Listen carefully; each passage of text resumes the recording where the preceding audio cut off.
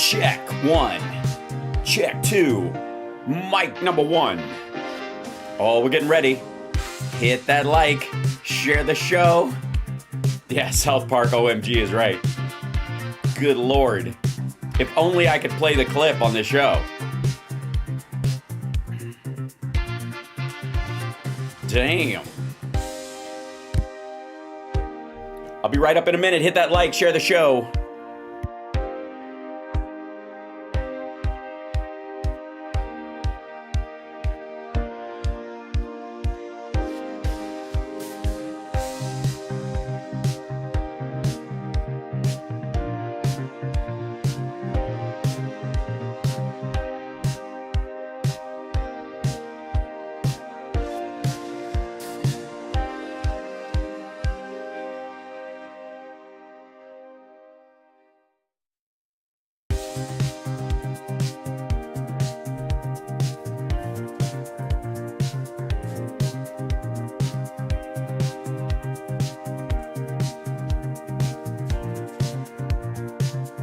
All right, let's get started right away. Hi, everybody. Welcome to the show. It's HAL SPARKS Mega Worldwide. I was just making sure my mic was live. Occasionally, yes, it's a good time. Hit that like, share the show, patreon.com/HalSparks, etc., etc. Also, now on Substack. So if you do the Substack, I'm pointing down on Substack, you're already there. Doesn't matter. And Instagram, we're live right now, I think. Making sure everybody's up and running. I think so. It's all good. Instagram. Oh, I see. Wait, hold on one second. And we got to hit the power switch on Instagram. 3, 2, 1. And now we're live on Instagram. There we go. Hi, welcome everybody. If you're on Instagram and you're watching the show there, can you give me an angry emoji in the chat? Also, if you're on Facebook, do the exact same thing. Something, like a growly face or a big frown or something like that. It helps. I don't know why. You'd think a smile or applause or 100 or a heart would be great, but no. When it comes to Facebook, the important thing is that you're angry and glued to your phone, feeling like shit. It is. I mean, they ought to just call it Rage Book at this point. Thank you very much, those of you on Facebook that are doing this. Also, can I just remind you folks that are watching this on a mobile device to sit up straight and breathe deep. There's so much, I think, there's probably, I don't know if it's a lot, but let's say we could shave about 6 to 10% of anxiety off the general public if people weren't squashing their diaphragms and breathing shallow while they stare into their phones, rage, like doom scrolling, right? So sit up straight, breathe deep, and you'll be happier even if you're dealing with something miserable. Now, I have to say, right out of the gate, today is very special because every so often there's a gem moment that happens in this bizarre, like hyper fast media cycle that we're in or whatever. And there's a moment where it's just so on the nose and so funny right out of the gate that it just tickles my fancy. So I'm going to look at the long form of this also, but the short form is just gorgeous. Yes, Chairman Powell standing next to Trump as Trump fucks up numbers, monetary numbers, like just gets them wrong. And you're getting them wrong next to a dude whose life is numbers. This dude more than likely, really, actually, and by the way, hi chat room, welcome to the show, hit that like, unless you're on Facebook or Instagram, in which case, I guess, thumbs down, arr.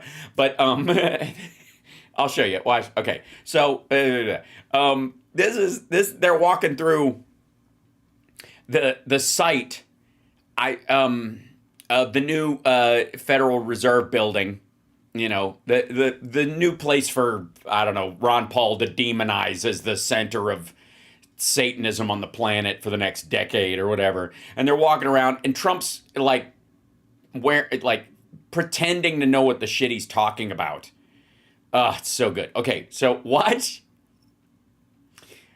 Jerome Powell. Well, thank you very much. We're looking at the construction and how can you miss it? Sorry, that's just stupid. Are you looking at the construction? Gee, I wouldn't have guessed from the lack of a finished project around you. With the chairman, as you know. Chairman, come on over. And we're just taking a look at what's happening. You know, it's a tough construction job. They're building basements where they didn't exist or expanding them. Building basements where they didn't exist or expanding them. Which is different. How? Okay. A lot of very expensive work. There's no question about it. It looks like it's about 3.1 billion. It went up a little bit, or a lot. So the 2.7 is now.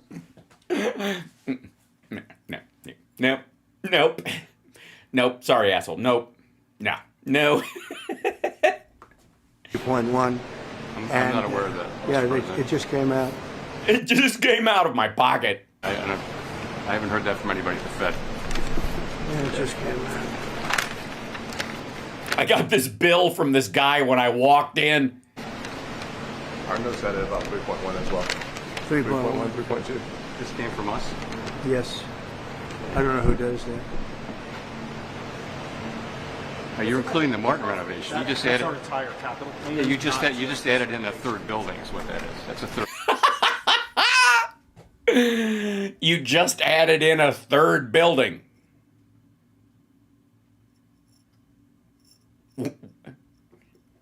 Well, no, but it's a building that's being built. No, it's been. Yes, hence the name. It's a building that's being built. All right, sure. Why not? Built 5 years ago. We finished Martin 5 years ago. We finished Martin 5 years ago, and you're counting the price now. This is straight up Doge, baby. The overall work. But it's So, not new. Well, hold on. What is Trump saying? Well, no, but it's a building that's being built. No, it was built 5 years ago. We finished Martin 5 years ago. It's part of the overall work. But it's So, not new. It's part of the overall. So the renovation, you're including buildings that were built 5 years ago as renovations? Wait a minute. We might be confronting another potato salad brain moment for Donald Trump, where he thinks that people who are seeking asylum come from asylums. Does this asshole think that all buildings are being built, that you're building them? That's why you call them buildings. They never finish. I mean, ask Eric. He's always pouring new concrete. So we're going to take a look. At the building that was built 5 years ago to see if any money can be saved on the building that was already built? We're going to see what's happening. Well, yes. Which episode? Is it the part where Rerun finds Jesus? And it's got a long way. Do you expect any more additional cost overruns? Don't expect them. We're ready for them. But we have a little bit of a reserve that we may use. But no, we don't. So there isn't a cost overrun, is what he's saying. We have a cost base, and then we have our outer limit. We haven't hit the outer limit. That's the point, right? You want to get it at, there's a window. I mean, anybody who knows anything about construction might know this, so you can't fault Trump. It looks like it's got a long way to go. Yes, sir. It doesn't look done to you? Really? You don't think you're just going to keep the Federal Reserve of the United States just plywood? Pink plywood? At least it's treated plywood, so,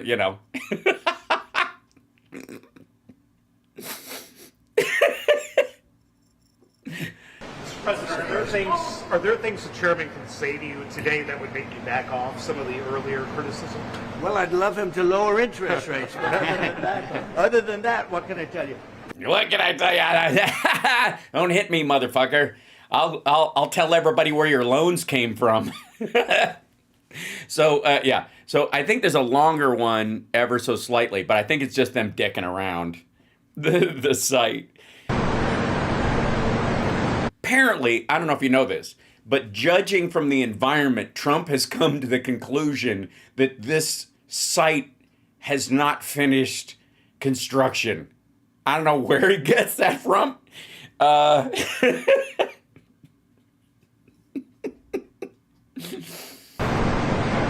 Also, what the fuck does this have to do with, like, monetary policy, you dumb son of a bitch. Like,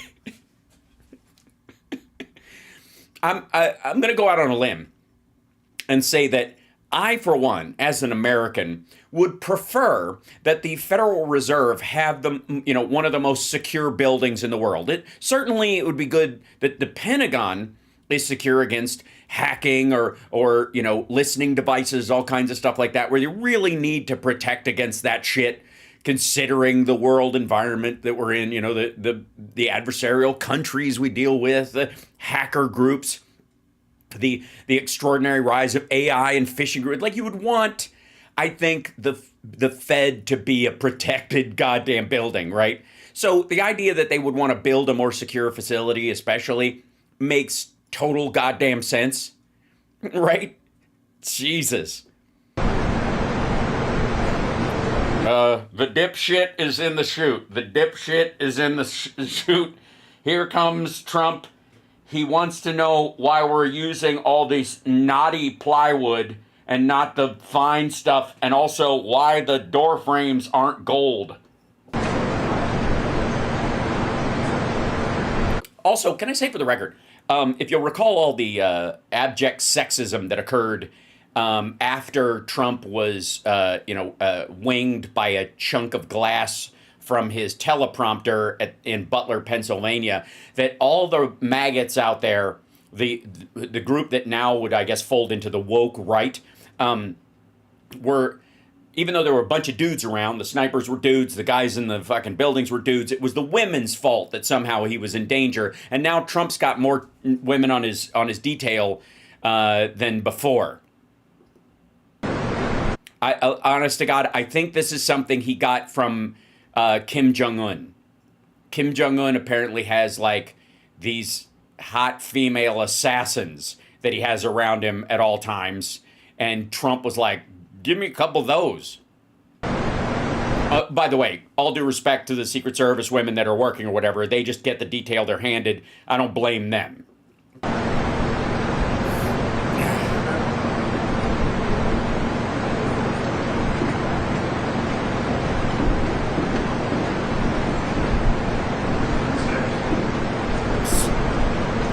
Yeah, make sure you get pictures of me with the pink wood.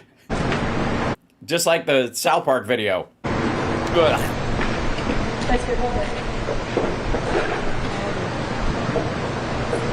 Yeah, get over there quick and get stuff for our socials. Lumbering. Oh, by the way, hold on one second.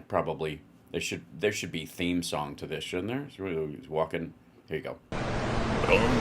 Dum dum dum dum dum dum stupid dum silly stupid dum dum yeah.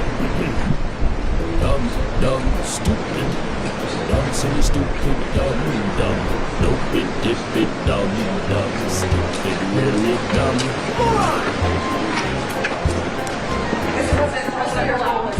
Well, thank you very much. We're looking at the construction.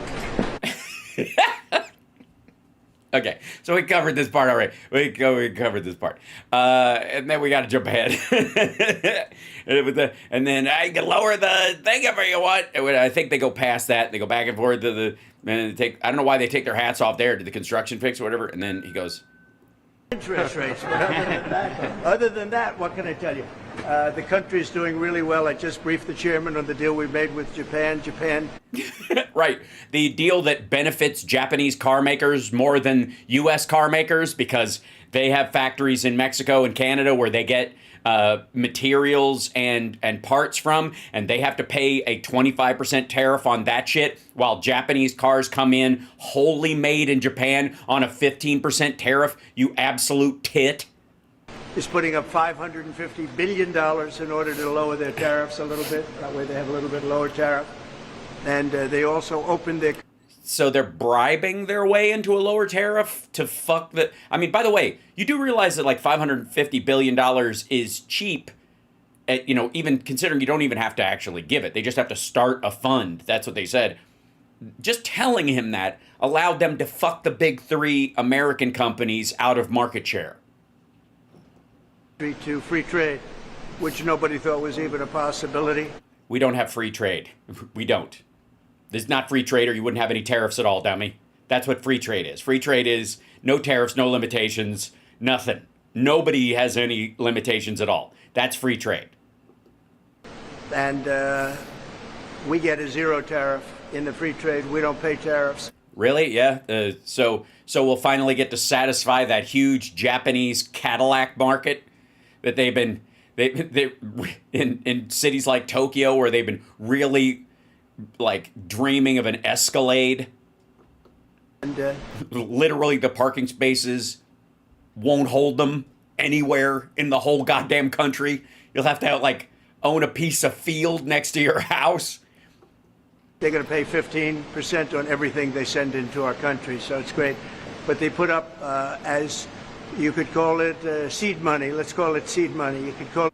No, you couldn't, because they're not actually putting the money in, dummy. They're going to start a fund, maybe. Anything you want, but it's five. No. How about call it what it is? Bullshit. It's bullshit. It's bullshit. It's a smokescreen. It's a lie, dum-dum. A total of $550 billion. So nobody thought any of that was possible. And yeah, they still don't, dummy. it's wonderful. And we're doing pretty well with the European Union, likewise. Nope. And we have some others. They're all really big, and our country's going to make a lot of money. We would be helped if interest rates would come down, but we're going to see how the board rules on that soon. I'd love to see them come down a lot. But yes, you'd love to crash the economy so that they have to like obliterate interest rates so you can refinance all your properties so that you make money on your debt. have a country that's Along with all your buddies in real estate, by the way, who avoid the tariff situation almost entirely. Because right. he's given cutouts to like construction, wood and other stuff like that, and steel specifically for because we got to build, right? So he's given carve outs. All the other industries are paying fucking tariffs, but he and his buddies in real estate get carve outs for building shit, and then they can write off the expansion entirely on their taxes. Holy shit. we had a dead country 1 year ago. Today we have the hottest country anywhere in the world. And Well, you better be careful. You're surrounded by plywood. I hope it's not so hot that the place bursts into flames. So, and if it does, dear God, someone please get Jerome Powell out of there. this one finished. Mr. President, you Thank said you. that Jerome Powell. Let's get this one finished. Hand him a fucking nail gun. Dum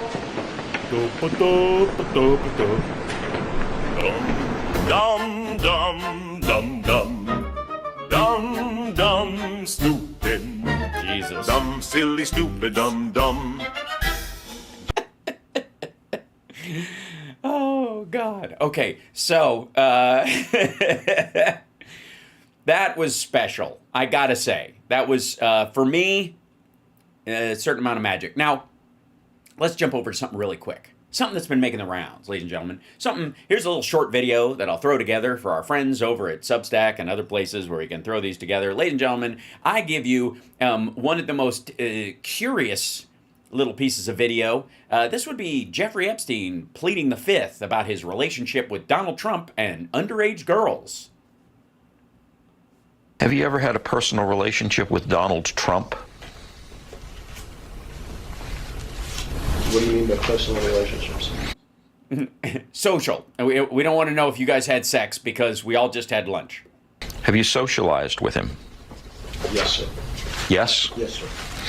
Have you ever socialized with Donald Trump in the presence of females under the age of 18?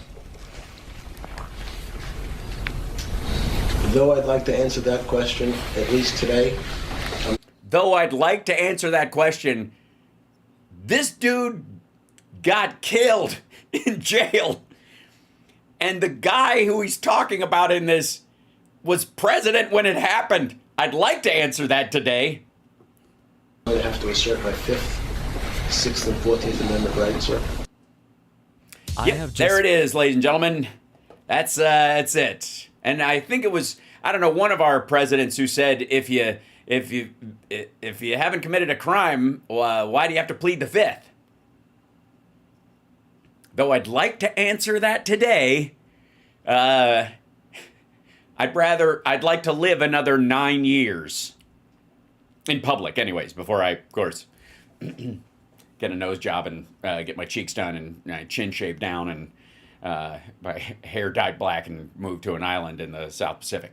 In theory. I mean, okay. Now, if we may, ladies and gentlemen, I'm going to apologize again for the faces that you're going to see in this next video, but they're very telling. When we talk about the scoop, the poop scoop around Donald Trump, one of the things that you have to be aware of is like who's a real insider and who isn't. And in this particular case, I think we can all agree the lady that was making Melania nervous and was apparently allegedly bragged that she had given Donald Trump the blowjob of his life, which, by the way, may be true. May be true because she may have been the only person who ever actually wanted to do it. Right? As far as that's the only person who's ever done it that actually wasn't doing it under duress. So yeah. And no, this is not Jigsaw from from Sock. Quit it, guys. So Peanut Butter Dickhead is interviewing like the Cloud Cuckoo crowd, and then he brings in his own dudes later in the day or whatever. He's doing these. He does these single podcast episodes because Vinny and Adam are at each other's fucking throat. And let's just look at this. This is Pam Bondi dropped the ball. Laura Loomer blasts Trump's DOJ for Epstein files cover-up. Now, that's the important thing. Epstein files cover-up. Not Epstein's file debacle, fumble, failure, right? Lack of transparency. No. Cover-up. Active cover-up. This is Peanut Butter Dickhead and Jigsaw, Laura Looney, talking about Pam Bondi and saying cover-up. It's kind of important. Like you and I call it that, big fucking deal. But when they start calling it that, yeah. Question for you is with Epstein, okay? And I'm curious to know what position you're going to take with this, because on one end, we've been following the story closely. I know you have as well. No, you haven't. You haven't. You've been breezing by it and trying to avoid talking about it. The number of gaps in their knowledge is fucking astounding. Pam Bondi, Florida, you said vetting. A lot of people said they're not being vetted. I don't know if you were referring Pam Bondi as one of the people that wasn't vetted. I think she's talking about people in the administration being, whether they were vetted or not. I don't know how you feel about Cash. I don't know how you feel about Bongino. I got to tell you, did you guys see the, I think it was in the Daily Beast today. They had an article, or I think so. I think it was them, about RFK Jr. Yeah, let's see. How much I was back to life? Yeah. Anyways, there are pictures of RFK Jr. partying with Jeffrey Epstein earlier than the time he said he flew on his plane. Like they were at dinner parties and all kinds of stuff. And also, I'd like to say for the record, at this point, there are so many people, from starting with Alex Acosta and going all the way through to Pam Bondi and all these folks that were actively engaged in what would be effectively a cover-up over these things over the years. I mean, literally, Trump made Alex Acosta labor secretary, who would deal with, by the way, the issue of human trafficking and child trafficking and child labor laws, which is extra fucking weird if you think about it. But Alex Acosta is the guy who cut the deal with Jeffrey Epstein, allegedly said that he belonged to intelligence, never said where or what, and never said it again. And then Pam Bondi, served as AG after him and could have torn up that non-prosecution agreement and gone after him, and he continued to offend, obviously, during that time. But she didn't. And now she's obviously nothing to see here. So at this point, I wouldn't be surprised if Kash Patel came out and said, yeah, I mean, I gave Epstein a handy at one point, but I really wasn't into it. Like, who in this Who in this? This is a perfect freeze frame, by the way. Who in this in Trump's cabinet hasn't partied with Epstein? Pongino is a very trusted guy by many people. Pongino? Is that like Ponzi scheme meets Bongholio? Feel about Cash. I don't know how I feel about Bongino. These are, Pongino is a very trusted guy. He calls him Bongino, and then he calls him Pongino. Sure, whatever. Many people. Yeah. Big podcast, big following, respected, trusted. Even Nope. enemies trust the guy. Even his enemies trust the guy? Okay, first of all, I'm not the dude's enemy. I just think he's a dipshit. And I don't trust him at fucking all. No, his enemies don't trust him, asshole. The dude can't fucking read. Here's the thing. I don't even trust this asshole to be able to understand and comprehend a paragraph he has just read out loud in front of everyone. Why would I trust his fucking judgment, much less his, now that he's carrying water for fucking Epstein and Trump? What? But when it comes onto the Epstein and the way it was announced, the way it was released, O'Keefe, was it O'Keefe Media Group came in, got Pam Bondi saying what she said, and then she came up and said, well, we found thousands of hours of footage and all this other stuff, and then all of a sudden it was kid porn.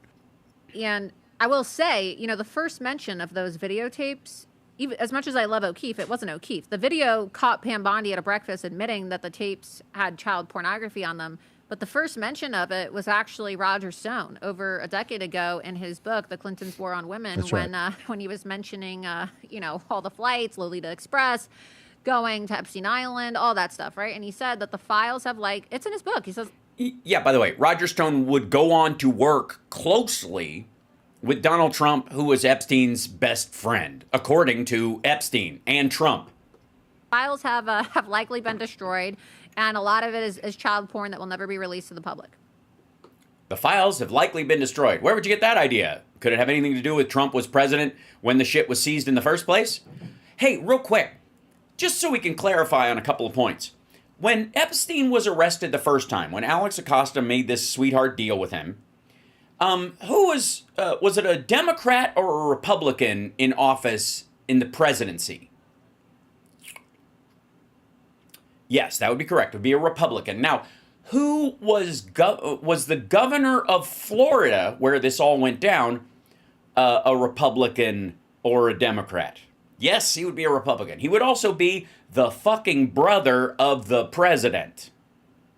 When all this shit went down, skip ahead to Trump, when Epstein is arrested again, charged, dies in prison, or splits using a cadaver to skip town, and there's a raid on his property in New York and in Florida, not the island, but the property in New York. They didn't have apparently a full warrant. I don't know what the fuck they would have, what kind of half-ass warrant they would have. What are they looking for? Like women being kept there in a cage? But they found evidence and then they had to leave it, and they came back the next day with a warrant and it was gone. So all the New York evidence fucking evaporated and they weren't allowed to take it with them. Who the fuck was running the country and who the fuck was running the DOJ when they raid Epstein's house in New York and aren't allowed to seal it after they leave and take evidence with them?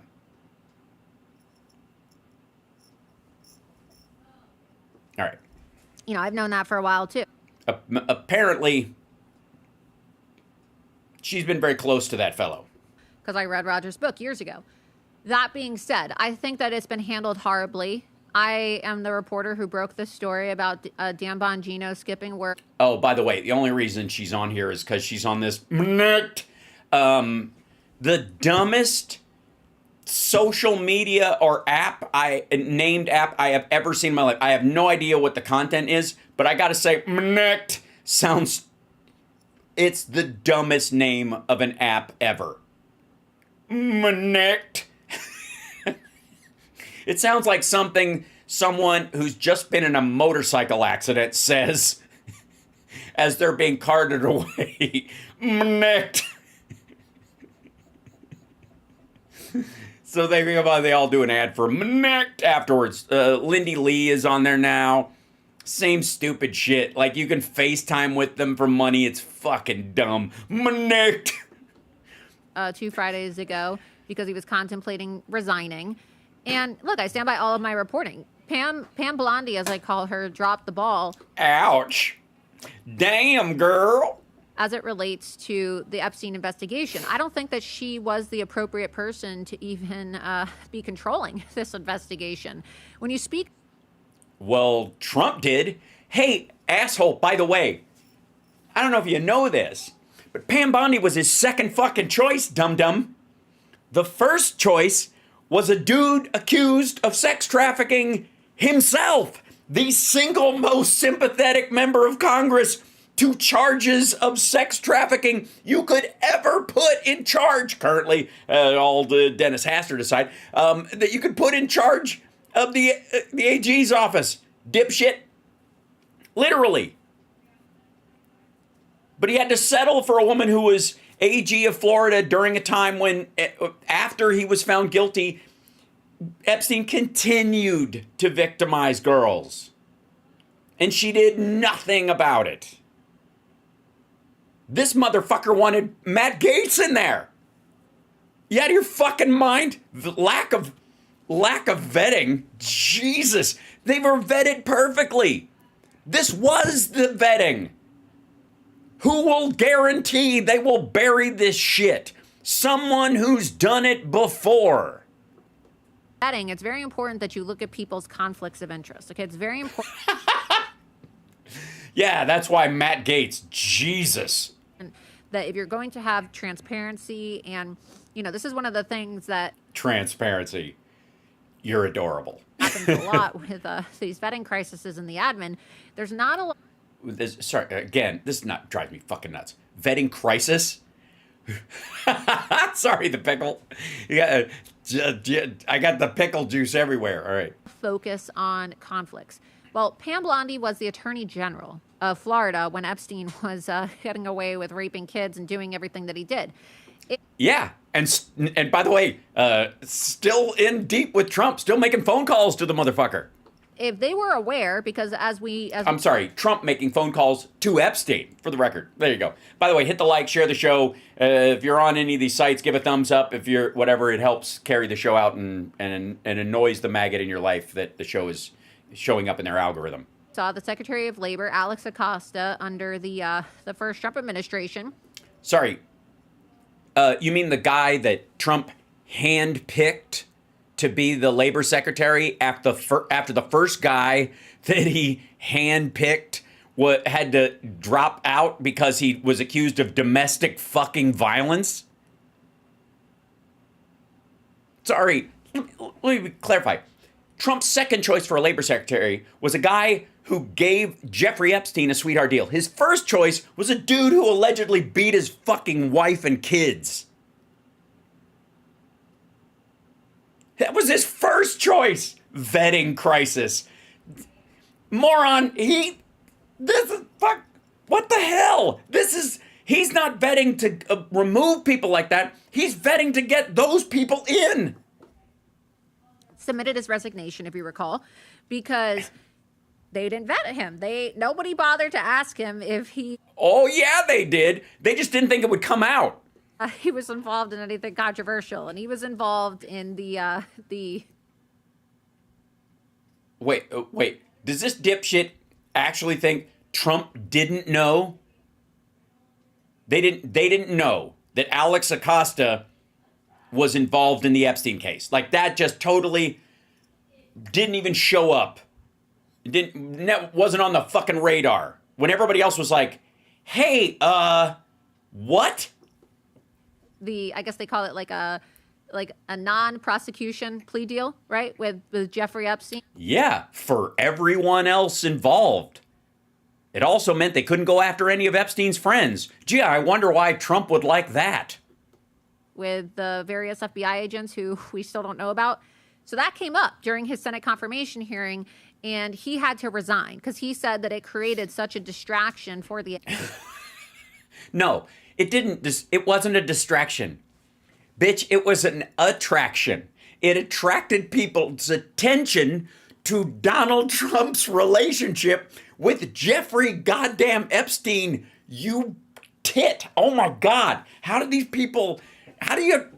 words come out of your face without your tongue beating your brains out? Now, I want to know if that was enough to get Alex Acosta to resign from the administration, and that was in 2008 when that paperwork was signed. Oh, yeah, right. Who was president then? Oh, George Bush, right. And whose brother was, who's governor of Florida? His brother, right? Okay, cool. Republicans, right, in charge of shit, right? Okay, when that deal was signed, non-prosecution agreement, well, what do you do then? Somebody, especially you could violate their Fifth Amendment rights and then they get away with it. Then what? Pam Bondi, who only a year or so later became the Attorney General of Florida, okay, same time period, how come she didn't have to resign as Attorney General of the United States for not disclosing the fact that she was the Attorney General when Jeffrey Epstein was getting away with all this? Surely as the... Sorry, disclosing? What are you talking about? That was the reason she got the job. Attorney General of Florida, she would have been aware of a plea deal or some kind of intelligence gathering operation, which we already know from the files that have since been released that Jeffrey Epstein, as part of his plea deal, right, where he was out on release, was able, and I posted these documents too, was supposed to be sharing information with the FBI. Those are in the documents that have Alex Acosta's name on them from 2008. So we know that Jeffrey Epstein was involved with collecting info and sharing info with the FBI. Or no, they rolled him up. They considered, you might be onto something, dum-dum. You might be onto the fact that considering the violence and the reach of the criminals he was engaged with, the billionaires he could have brought down, he was the low-hanging fruit. He was just some dipshit money manager who was a pedophile. And they were like, hey, man, we'll give you this deal if you give us those people, right? And you don't do this anymore. That would be the theory. And then they use him to get people like Trump and others. And then it didn't happen. Because he didn't have to. Acosta wrote this fucking blind deal with him where he could do anything he wanted. And they couldn't even go after him. Or anybody associated with him. So why would he roll up? So what made the administration, as much as I love the administration, think that Pam would be the person to do this when that's such an egregious conflict? Wouldn't you? Yeah, it's almost like you've got it completely fucking backwards, dipshit, that they hired her knowing she would do that. Just like she looked the other way the entire time she was the AG of Florida. Like that was her fucking audition. Wouldn't you agree? I mean, if you were the Attorney General during the time that he was raping kids and getting away with all his crimes, why should you be the one? They should have. Hey, give it a second. PDB has to think about this for a minute. This eventually was going to come up. So then why? So if the president Trump is. How about just say no? If I was AG, that motherfucker would have been. We would have stomped a mud hole in him and marched it dry. Like he'd be under the jail. Fucking Joel Greenberg is in jail, but Jeffrey Epstein was given a key to his cell. Get the fuck out of here. One of his handlers, one of his leaders, Pam Bondi, doing what she did, the mishandling, and the supporters on the inside who, these are not the stupid losers. I'm talking about the people that are actually on the inside that are on Trump's side. They're saying, hey, this was a big screw up. How is he handling? Also, who the fuck are you talking about? Patel, he rolled up. Bongholio, he rolled up. Bondi's like not. It's not like her deputy quit or some shit in protest. Fuck.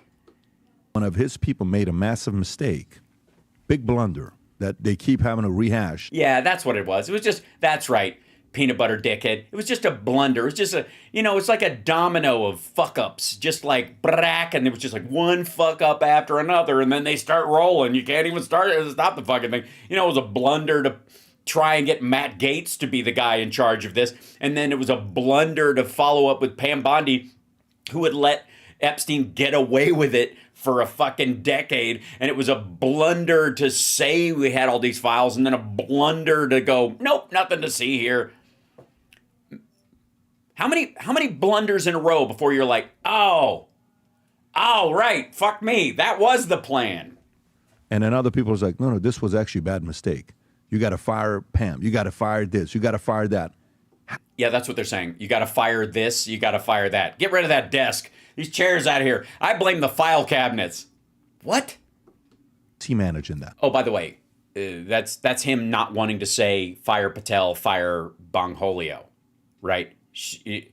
You can say fire Pam Bondi. That's cool in maggotdom, but you do not bring up the fact that Patel and Bongholio are just as involved. You know why? Oh, by the way, you know why? Because they're dudes. I mean, fuck the chick, right? Pfft, who cares? But the dudes, they're bros. Bros before hoes, right? Well, look, the president has made his decision. He's not firing Pam. Bongino was thinking of resigning, and from my understanding, the president had a phone call with him 2 Saturdays ago and was... Yeah, it's almost like the entire team is staying, and they're all, like, circling the wagons. Kind of, walk him off the ledge. It's great. I like Dan. I think he's great. Talk him off the ledge, dipshit. Talk him off the ledge. Walk him off the ledge. Actually makes sense. I think he's committing career suicide, so good point. But there's no denying that there's friction that exists between Cash and Dan and Pam. I mean, who releases a memo about something so consequential? Come and knock on our door. It's just so wacky. We've been waiting for you. When the problem is his and hers, three's company too. It's just, and Trump is like Mr. Roper just barging in. On a Sunday evening on 4th of July weekend. Who does that, right? You release... Who approved that? Pam approved that. Yeah, Pam approved it. Because Trump told her to. Supposedly there was a meeting, from what I was... Supposedly? ...told, that took place in the Situation Room. And it was discussed by, White House advisors, Pam, Cash, and Dan. But they hadn't agreed, from what I was told, to a time when it was going to be released. And so... Whoa. So they had a meeting in the Situation Room... Not at the DOJ, in the Situation Room. I mean, so what, the staff didn't have to come? So Trump wasn't there? We're supposed to believe they came over to the Oval, so the advisors didn't have to go over to the DOJ to a skiff there? The fuck? Dan and Cash, apparently, from what I know, claimed that they were sidetracked about the contents of the memo and when it was released. Notice nobody signed their names to it, which is kind of bizarre and unprecedented. Yeah, I mean, it reeks. It kind of points out that none of them want to be associated with it because they know it's toxic bullshit, I guess. To generally, when a memo is released, somebody's name or logo's on it. There was nothing on there. That being said, Pam also just loves Fox News. She spends so much time on Fox News, and this is the problem. Was she... Hold on. She was on like 3 times. And it all had to do with the story building up and MAGAts wanting to know what the fuck is going on with the Epstein stuff. And so Trump and everybody paraded her out and said, go, I mean, obviously they cleared it. If she's going to clear it with the White House if she's going to go on fucking Fox News. At this point, Patel and Bongholio have been on there just as much as she has. Playing an act? Like, was she trying to play into the energy of the base when she said what she said? Yeah. The files are on my desk. She was just riding that wave, baby. That's what she was doing. She was just, she was just surfing maggotdom. Billionaires are leaving on private jets to flee accountability. I've seen these tapes. They're absolutely horrific. Blah, blah, blah, blah, blah, blah, blah. Like, what was she doing? Was she just lying? Was she caught up in the feint? I don't remember that, by the way. Does anybody remember CSL? Does it, I don't know what the fuck she's referring to. Folks wish to see Twitch emotes flashing. Oh, you want the emote wall back up? I will do that on the chat window. I try not to do it on here because it tends to eat up a lot of screen stuff. But I will put it up if you want. Absolutely. And all of the attention she was... Hold on. Wait. 1 second. But when the fuck did she say this? I have to look. I gotta look this up. Hold on, but that's gotta be news somewhere, right? Right? Let's see. Pam Bondi, billionaires, private planes, fleeing Epstein, something. Henry drops on Epstein flight logs, client letters. No. Finding forms changing. Okay, there's so many things about the new stuff. Okay, shit.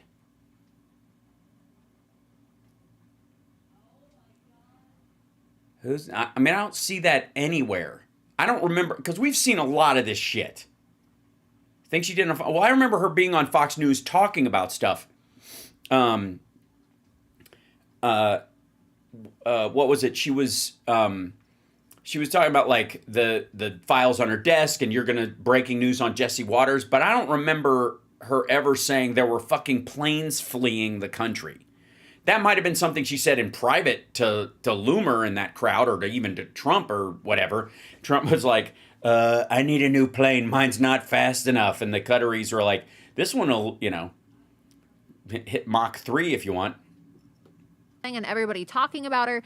Either way, whatever the excuse is, and obviously it's nothing but one big... She doesn't give me vibes of that. I don't think it's like... Well, whether it was deliberate or she just got carried away. Wait, hold on. Why is my oops screen playing? Hold on, go back to here. My oops screen was playing on the Substack and Instagram. Sorry about that. I don't know how long that was going. That was just a weird thing. They signed it. Crisis. Was the president in there while they're processing this with Cash and Dan, or no? I don't know if he was in. If he wasn't, why the fuck were they doing it in the Situation Room? Of course he was there. Or he was pulling Don Jr. Remember the meeting with the Russian lady about the Magnitsky Act and shit? And Trump was on fucking speakerphone. Don met with her, but like, whatever. It was just about like, I don't know, Russian adoptions and shit like that. And they're like, was he in the room? Jared Kushner was there. Was he in the room? No, he was not. Was he on the phone? No comment. The room or not. I don't know. But I know that a meeting took... He's on fucking speakerphone, stupid. Plausible deniability. God damn, these people are stupid. Okay, would Pam be able to release something like that on 4th of July Sunday at 4 o'clock without the president's approval? I don't know if she could do it without the... No. The answer is no. The fucking answer is she can't go on Fox News without his approval, dipshit. Especially to talk about the Epstein files. No. President's approval, or if maybe counsel or the DOJ or White House staff signed off on it. I don't know. That's the big question: is why was this released in the way that it was released? And to hide it, like every other news story that's released on a holiday weekend at 5 o'clock in the afternoon on a Friday. Why would it be any different, dummy? Did they release it on Tuesday morning after everybody got back when they were fresh and they'd had a couple of days off and they could really give it the attention it deserves? Get the fuck out of here. I feel like there probably would have been more of an understanding with Cash and Dan and the president had everybody been on the same page, and that's what... They were. Oh my God. They were. This was not a vetting crisis. This was not a fumble. This is the best they could do. This is the turd polishing you have to do when there are fucking videos of you and photos of you with Jeffrey Epstein and underage girls in the files. This is the problem with calling. Okay, the problem with calling it the files is it gives this illusion that the files it's all paperwork. That there's a list, that that the flight logs, shit you could find in a file cabinet. The Epstein files, in terms of, we need to stop talking about it like that. We got to start calling it the Epstein evidence. We want to see the Epstein evidence, the case against this motherfucker, and all the evidence they had against him. The evidence, not the files, not paperwork. I don't need to see his name written again on another flight log. It's evidence. And the evidence includes photographs and videos, and they fucking know it, and they saw it, and they were like, oh shit. So much conflict. I think that people speaking out of line and I don't want to say over-exaggerating, because I don't know if they over-exaggerated. I don't know if they...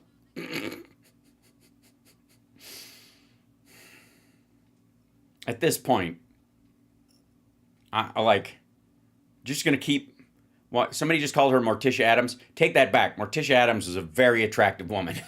Actually believe these things, or if they were over exaggerating when she says things like the files are on my desk, and she said that a lot of powerful people, and I'm sure you could find the clip, but there's a clip of her saying a lot of powerful people are, leaving the country right now, and they're getting on their private jets to escape accountability. Well, who are those people? Why? Yeah, it's kind of an important question. It's funny. Yeah, I had the same thought when you brought that up, and I don't remember seeing her say it, but as soon as you bring it up, yeah, that's exactly where your brain goes. Unless you're peanut butter dickhead, in which case you're like, what about, let me think about this. How can I polish this turd on behalf of Donald Trump as best I can? Why are you not making them a flight risk? Why are you not grounding them? How come? Let's see. What could I gotta? All right. Why aren't you grounding them? Why aren't you making them a flight risk? Let's see.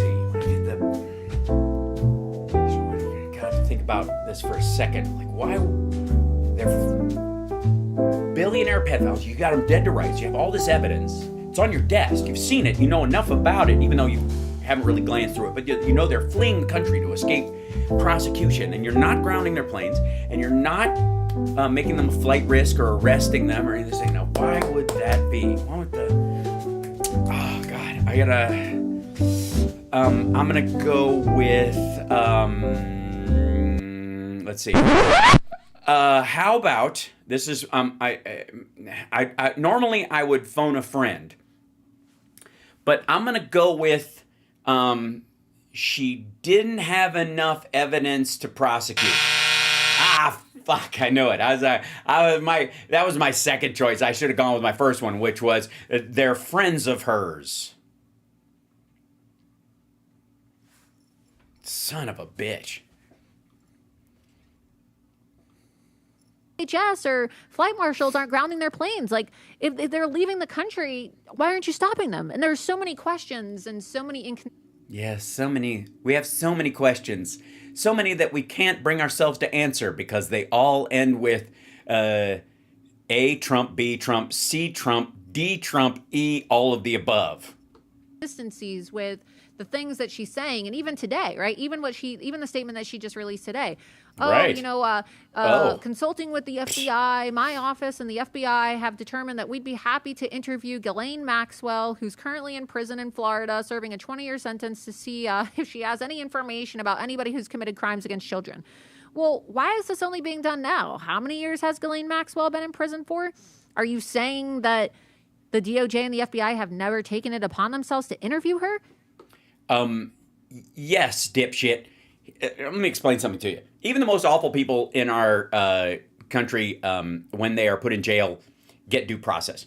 And there's a Fifth Amendment protections for everyone. And unless you give her a deal, and this is why not during Obama, why not during Biden, unless you offer her a deal, you can't, immunity from prosecution over whatever she fucking talks about, unless you offer her that, she can't violate her own Fifth Amendment protections because you'll just add time to her fucking sentence because she admitted to this shit. Stupid. Why would she? And secondly, who the fuck wants to be caught making a deal with Ghislaine Maxwell where you don't actually get anything for it? Yeah, I'll make a deal with you, whatever. Then she lies, and what are you going to do? All she's got to do is go, they came to me and asked me if I wanted to make a deal, and they were going to let me out of jail. I'm like, Jesus Christ. Like, you can count on the fact that nobody's going to offer her one. And why would you have to? There's that woman Keller out there. Bring her up. Fuck Ghislaine Maxwell. She's already doing time. Talk to Keller, the woman who ran his fucking, his calendar. Bring her in. The woman who's married to the NASCAR dude. Ask her some fucking questions. She didn't want to go to jail. She's got a $5.6 million apartment in New York City and a happy family life. Something Epstein's victims never got to have. how could you say in the memo that the case was closed when you had already determined that you were closing the case before interviewing Ghislaine? So now It's weird. everybody's kind of wondering, wait a second, why did this memo say you were closing the case, but now you're backtracking and saying that you're going to go interview her? Because Trump told you to close the case and nobody bought it? How do you think Trump will pardon Ghislaine? No, I think he will commute her sentence. It's a reverse order, right? So On his way out the door. If he steps down or if he gets out, he will like, because offering her full pardon, the problem is you have to admit guilt.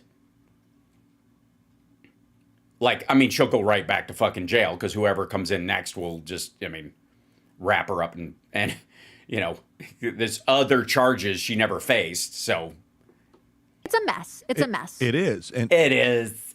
That's why I was looking at it. And it's the a longer mess. she keeps doing that and has a job, it falls on the president. What? Why would that be? Oh, because he hired her to do this. Look, I think it's unfortunate. Yes, President Trump. Yes, it's unfortunate. It's just, it's one of those little accidents. Can happen to anybody, really. I mean, who couldn't accidentally hire the person who could have charged a pedophile for almost a decade and didn't to run, the story into the ground and try to bury it when you're involved in it? It happened to anybody. The person who appointed her and President Trump is the person who could remove her. But I also think it's a distraction. While I want to see the Epstein files released, and I do think it's of significance, and it's something that people, obviously care a lot about. President Trump never promised that he was going to release the files.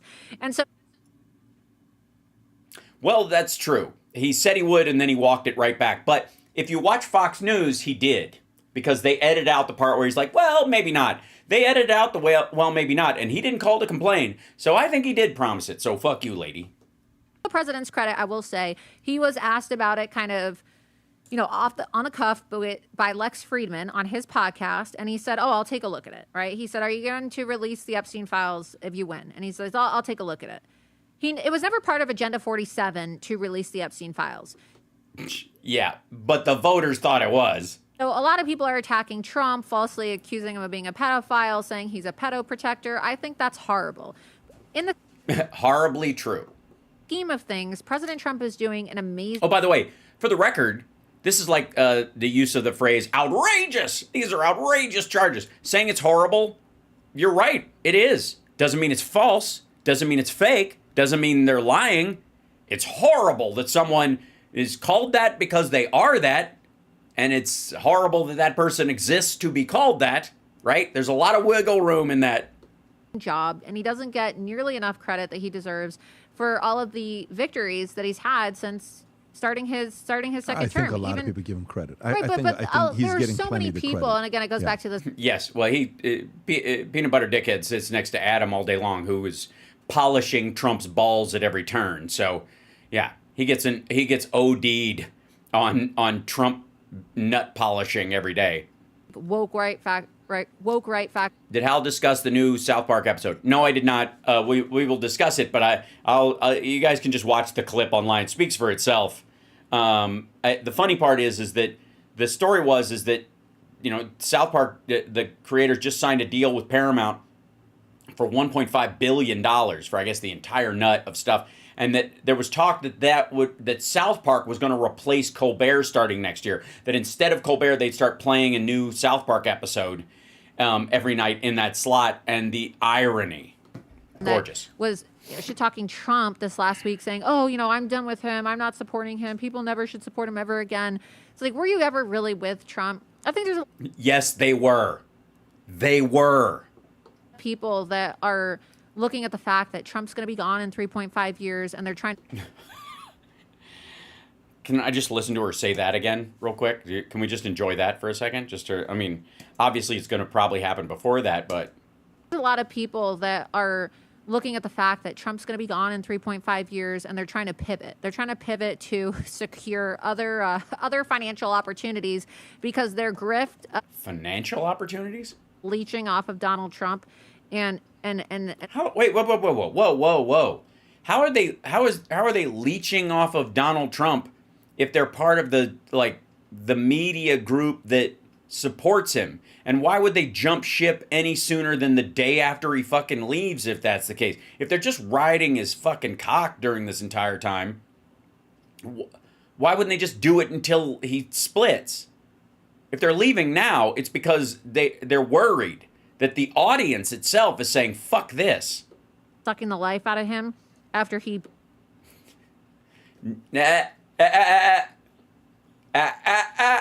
You guys, stop it. I know, that's her job. Quit it. basically created them and gave them their careers over these last 8 years is coming to an fully end. am on the page with that one because that's a different story. I think because before Trump came on, Valuetainment was just fucking embarrassing as a name. It's all I gotta say. The only name worse in marketing than Manect is Valuetainment. I swear, it sounds like a magazine that Dollar General store puts out. What I think. Built a lot of people's careers, no question. Like Tucker Carlson, Candace Owens. I mean, there's so many of these I don't know people. if I would say Damn. Tucker. I think Tucker had a career before him. But I think, and I'm well, not even... Well, after... He's a second generation rich kid. He's a fucking, like, he's a Nepo baby. He's an heir to the fucking Swanson frozen dinner fortune. His family made their money, like, next to OxyContin, no one has poisoned more white trash people than fucking the Swanson family. Right? Than Tucker Carlson's, parents' company. Fired by Fox, he certainly created his career.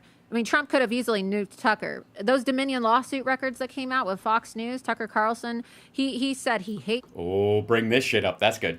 Trump. He said that Trump is a satanic force. You could pull it up. So far, no lies detected. You could pull these records up. Nobody wants to talk about this because it's like taboo in conservative media. Everybody kisses his ass. I don't think so. I don't think that's what it is. What I'm saying is, what I'm qualifying here, Laura, is... Look, behind the scenes, we all talk shit about Trump. We all know he's a loser. We all know, that we've been making fun of, like, the fat acceptance movement, clip after clip, in this whole time, while calling Trump an alpha male when he looks like melted ice cream. So, obviously, we all confront our own bullshit meter every time we talk about the guy. So, we, behind the scenes, we're all shit talking him. But when we come out here, this is the job, right? This is the job. Tucker had a job at MSNBC and CNN way before he got a job at Fox. Yeah. And Tucker's been relevant for a long time. Of course. Wait, Hal is kind of down on poor people today? What the fuck are you talking about, Debbie? You do realize I'm from Peeks Mill, Kentucky, right? The what now? Not at the levels he is now. His podcast is doing great, top 5. Please. These people are shitting. These are his supporters. He's telling them to go fuck themselves. But that's what I'm trying to say is that I don't think that his independent career as not working for a major network, independent, Tucker Carlson you think network. It's purely on Trump? I'm a Trump guy, and a lot of people would say, like, I'm neutral with Tucker. I think Tucker, for a guy to be his age, to have his kind of money, to be on the road, traveling around the world, interviewing people, most people don't want to do that, and they're not going to. I like wood. I think that's why he's touring around. I like wood. You know what I mean? I think being on the road, he learned that from RFK Jr. Deeper and longer. Mm-hmm. Hal drank hose water too. You damn straight. Oh, but if we were lucky, try boiled creek water. Credit there. Now let me come back to the Trump side. I just personally think that when I say it's on Trump, I'm saying Trump was very gracious after those text messages came out. What I'm saying is that Tucker, he's created his own platform and he deserves credit for that. But Trump could have easily nuked him, and I don't think he would have. First of all, he didn't. No. He created his own platform with millions of dollars before he even made millions of dollars. Fuck you.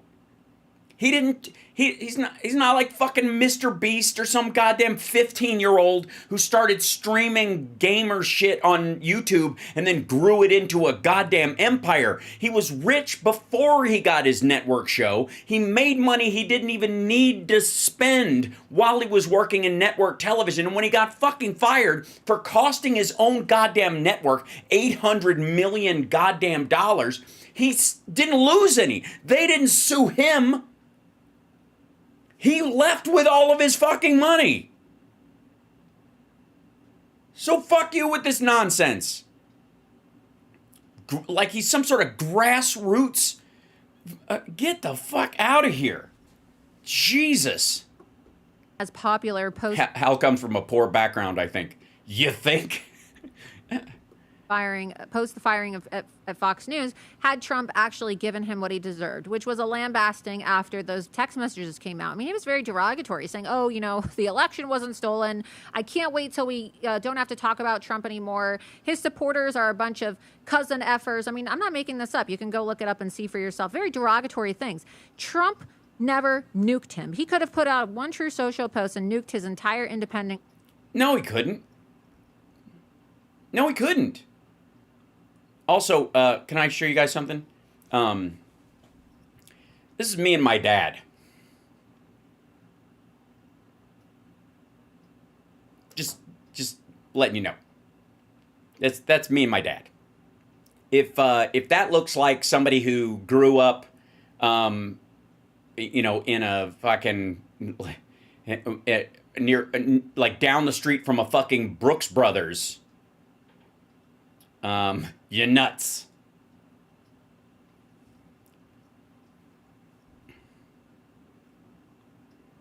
And when we're talking about Tucker Carlson fucking going to a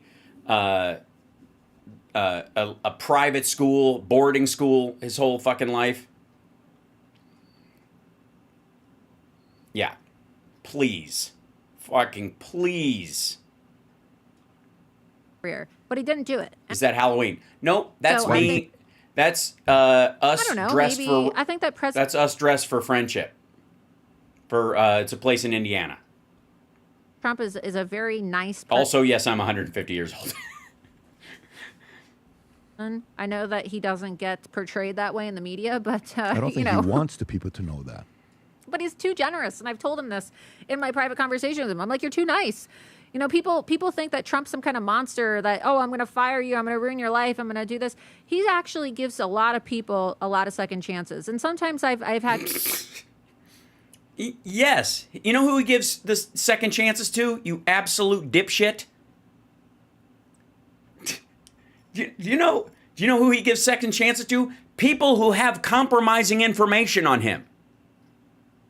That's why he's not going after Tucker, dumb fuck. Conversations with him. Mr. Now, there President, may be an element of mutual assured destruction amongst these assholes, but Jesus. This person effed you so hard. This person has done this to you. Why do you take their phone calls? Why do you do this? Why do you... Because they have as yet unseen pictures of him with Jeffrey Epstein and other people who were worse, that they were at dinner parties with you and Roy Cohn, where you talked shit about black people and women on a scale that even people who've made apologies for you over the years would go, okay, I'm done. How about that? Oh, you know, it's just whatever the reason is that he says. It's mind-boggling to me in the conversations that I have with him occasionally, because he's much more forgiving and gracious than people give him credit for. I mean, he... Yes, as long as you have compromise on him. Really doesn't need to deal with a lot of these people. He doesn't need anything from them. And he really could have nuked a lot of people's careers, but he has decided not to. No, he can't. I don't know why. I don't know why he hasn't. But I think you have to. It's like self-restraint, but he is way more... Yeah, that's what I would say. Jesus Christ. That's what we're all thinking. It's probably his self-restraint, because he's got so much of it. What the fuck are you talking about, lady? So... Okay, one more picture. You want to see my class photo from, I think this is 3rd grade?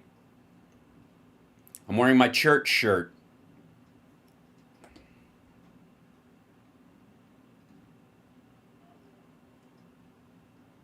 That's little Hal in his church shirt. Yeah. There you go. It's like a recovery image after we had to stare at her face for a little bit. Yeah. Yeah, I was a towhead till I was like, I don't know, 7 or 8. Yeah. So, no wood paneling. No, it was one of those, the dude brought, this was from school. So the dude brought this like piece of gray fabric that he had brushed stuff on. And then the next year he came back and you got the apple and the book and the little piece of fencing, right, that they put. Right. By the way, at this point, just geographically so you understand, I'm about 70 feet away from an electric fence that I once peed on with friends to see if it hurt as bad as people say. And it did. Just saying. Right next to Peaks Mill Elementary School, there was cattle fencing. Not that they had cattle. It was like the dude had like 3 cows. But to keep them from coming into the schoolyard, he had to put up electric fencing. And, yeah. Don't whiz on the electric fence.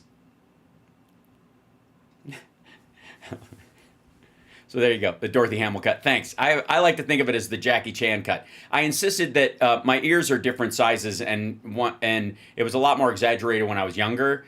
And so I'm not quite Colbert, but in the ear department. But I was very self-conscious about it, so I liked my ears to be covered by my hair.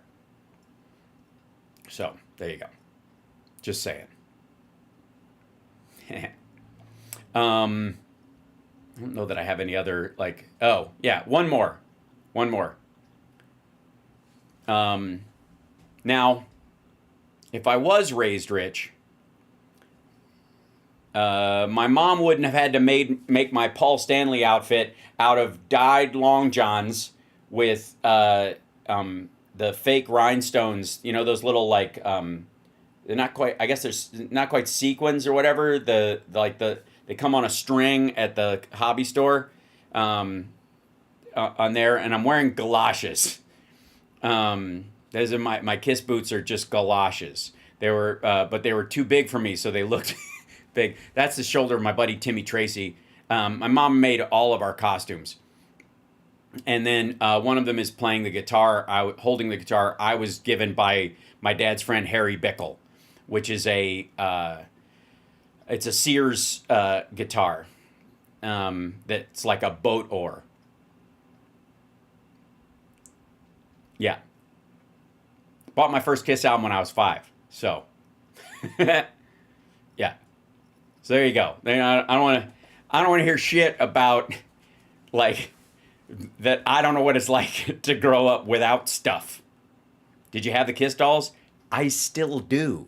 If you watch I Love the 70s, I'm the only one who brought his own Kiss dolls. They have I have 2 sets now because I kept the set they had. I was like, if you're just going to throw these out when you're done, I'm keeping them. It was from Hal's Elder period. That's actually before the Elder. I'll thank you very much. And also, can I also point out the choker, which was made entirely out of this stuff. It was just like 3 rows of it on a piece of elastic sewn on there. So you just take 3 lines of this stuff and you sew it to the stretchy like underwear band. Basically, it's basically like an underwear band. I was wearing underwear band around my neck, and that's what my mom used from like Fruit of the Loom. And you cut it and you short or whatever, and then you yeah. So there you go. You had hee-haw overalls? Fancy.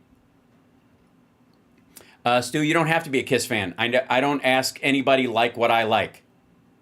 Higher Than Hell's favorite Kiss record. It's pretty great. I will say, oh my God. Do you guys just cut and paste that stuff? I can't believe you're standing here typing this. All right. I've been to 2 Kiss concerts. I've been to all of them since 1980. I've seen every tour. I saw every tour since 1980. I was in the band Smooch, right? Do you have the Kiss casket? No. My family has instructions that my DNA will be sequenced and put in a sealed frozen container. I will be cremated. My body will be turned into a diamond, and I and my DNA will be launched into space, so then aliens can revive me and bring me back. So, using all of my original carbon, I guess. All right. So, yeah, that's the plan. Which I guess brings us to Hulk Hogan dying, and to that I want to say, I'm still really sad about Ozzy Osbourne. That's how I feel about it. That's how I feel about dude with the rippy shirt that showed up at the RNC last year. That's when I heard the news, I was like, I miss Ozzy. Right? It's exactly, yeah. Guess I still got my records. Oh, don't get me started. Can I also say, like,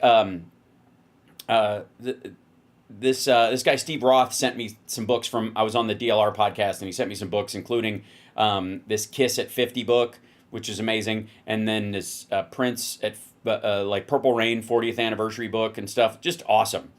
And I also, because I finally got my mail, kids, and a couple of you sent me some T-shirts. They're in the wash, and I will wear them after I have washed them.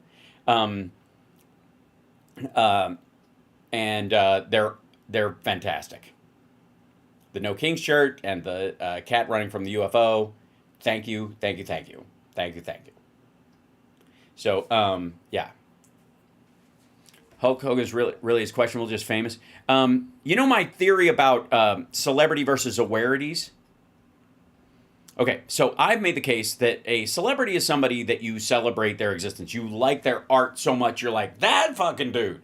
Whereas reality stars or somebody like Trump isn't a celebrity. They're an awareity. You're aware of them more than you would be aware of some other people, right? So that would be what's my shirt size? I wear a small. Mm-hmm. You know why? Because it keeps me honest. I feel like if you wear a drapier shirt and you start to let yourself go, you can hide it for longer. So to keep myself healthy and fit, I do not allow myself to wear shirts that like that. I gotta squeeze into them, as it were. I'm like, if this starts to fit too tight, I got some work to do. Yeah. Yeah, like YouTube stars, exactly. YouTube stars are awareties. They're not celebrities. Right? How's Bucky, baby? He's super adorable. I feel like we might have to bring him out at the end of the show. What do you think? Now, what are we doing? This part? Oh, I see that popped up. Okay. I want to jump over one thing. So, while I'm on the subject of Kentucky, buddy, listen here, man. If you're from, it's very chilly in here. I'm sorry. It's Vegas, so inside is very cold all the time because it's so hot outside.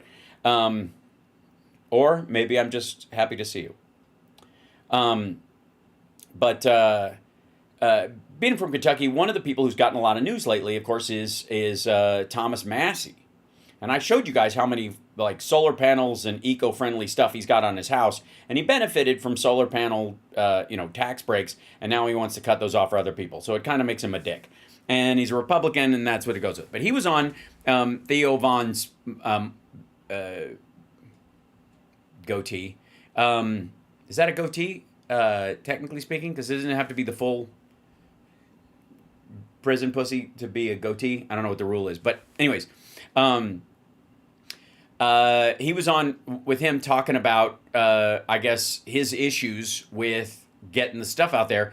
And there's really like 6 parties, is what he says. Thomas Massey tells the truth about Congress. And what they're talking about is like the splits in MAGA right now that are getting a lot of news. Here's my question. Is anybody representing the people anymore? Because it kind of feels like, it used to feel like the parties were against each other. And now it feels like it's the government versus the people. Oh, I know why you think that. Besides the fact that you're a fucking puddle mentally, that you're in a mile wide and an inch deep. The reason you think that is because you've always thought it about Democrats because you disagree with them. And then the Republicans turned out to be full of shit. And so now you can't admit, oh my God, the Republicans are full of shit, and I put all my eggs in that basket and it's failing me. And so that means everybody's on the hook now. The whole system is wrong because you disagree with the other side. They're not against the people. They just have a different solution than you do. But you can't admit to the fact that you cradled Trump's balls in your gullet like a baby pelican. And so now it's the whole world. By the way, you're not the only one doing it, dum-dum. Yeah, here you go. Roseanne exposes the one world government. Why is no one talking about this? Does anybody really know what time it is? Chrislam is the one world religion that they're... Oh, Chrislam. Christians and Islam together, I think. brainwashing everybody to follow. It's a Christian and Islamic fusion? It's a hybrid. It's a hybrid, and it has nothing to do with either. Yes, it was raised. Yes, the Chrislam is a beast that roams the countryside, and it was raised in a laboratory under Area 51. That's why they won't let us look there. And if you do go there, they'll just let you see the vending machines, and then they'll shoot you. One of them, it's a hybrid. I've been to Area 52, so... And what's the point of it? To get a hold of Jerusalem and put a British royal on the throne. Oh, okay. So Chrislam is so the Islam isn't taking over London like the MAGAts say it is. It's a fusion so that because the British royals are the Antichrist. Okay, that's where she's going with this. This is a old school 90s Armageddon shit, right? All of this is about British royalty and yeah, right, which is why we had a war. So I don't give a shit about the royals, and I'm not going to give a shit about the royals. So this ain't a problem. Don't want to hear. Also, why why isn't England more on the hook to protect Israel? Well, I guess they'd want to wipe it out, right? So is that why the British named it like the British mandate? They called it Palestine when they were leaving, just to fuck with everybody because they hated, they were fucking with the Jews on their way out the door because Philistine doesn't quite work because it's a people. They just can't. They'd rather blame. They'd rather talk about the Jews that the British royals put in the window to protect themselves. Sorry, they can't walk by a window without being shot at, so they instead of getting bulletproof glass, they just put Jews in the windows because nobody takes a shot at Jews these days. But, the whole Green Revolution is King Charles. What? Why? Why? Because of oil? What, isn't Islam funded by oil largely? I mean, certainly the extremists require oil money to fund their aggression in theory, right? Epstein Island is King Charles and Prince Albert, and they is he in the can or they just want to find the Jew because I see. So Epstein was just the front man for the island. All right. That's how it works. It is. That's how it works. Everybody's hiding behind the Jew. It keeps the. That's what went wrong with the whole Cosby thing. They were like, hide behind the Jew. Get off. Oh wait. The owners of the world. So you're saying that there's a Christian and Islamic fusion. Now, usually the Christian and Jews are kind of lockstep in protecting Jerusalem. Yes, so think of it as sort of an Abrahamic Reese's cup. Goes back to that tastes like shit and is also not particularly dessert-like. Because they know Islam will destroy all of those temples because they hate both religions. Yeah. And Jews and Christians have always been together, which we always have, and we're great, and everything's happy. But in the last few years, there's been a sinister turn to push the Jews out, and it does seem like there's a Christian and Islamic influence, especially if you. No, it really doesn't. Candace or Jake Shields are like, Yeah, it's Islamists, called they're great. They love Chrislam. Jesus. It's called Chrislam, the one world religion that they're going to force that down our fucking throat. Yes, absolutely. But in the FEMA camps, no doubt. It's a beast system. Right? Is it Jade Helm? How do you pronounce that in Arabic? I've always been curious. What is it? Huh? Can you tell me, because this is a thing that Yes, please explain what the ever-loving shit you're talking about, lady. Why I always help you, because even your son is like, huh? Know all this stuff. You got to educate your audience. What is Chrislam? Is it when you say it comes from the royal family? This is isn't that family that Trump just pardoned?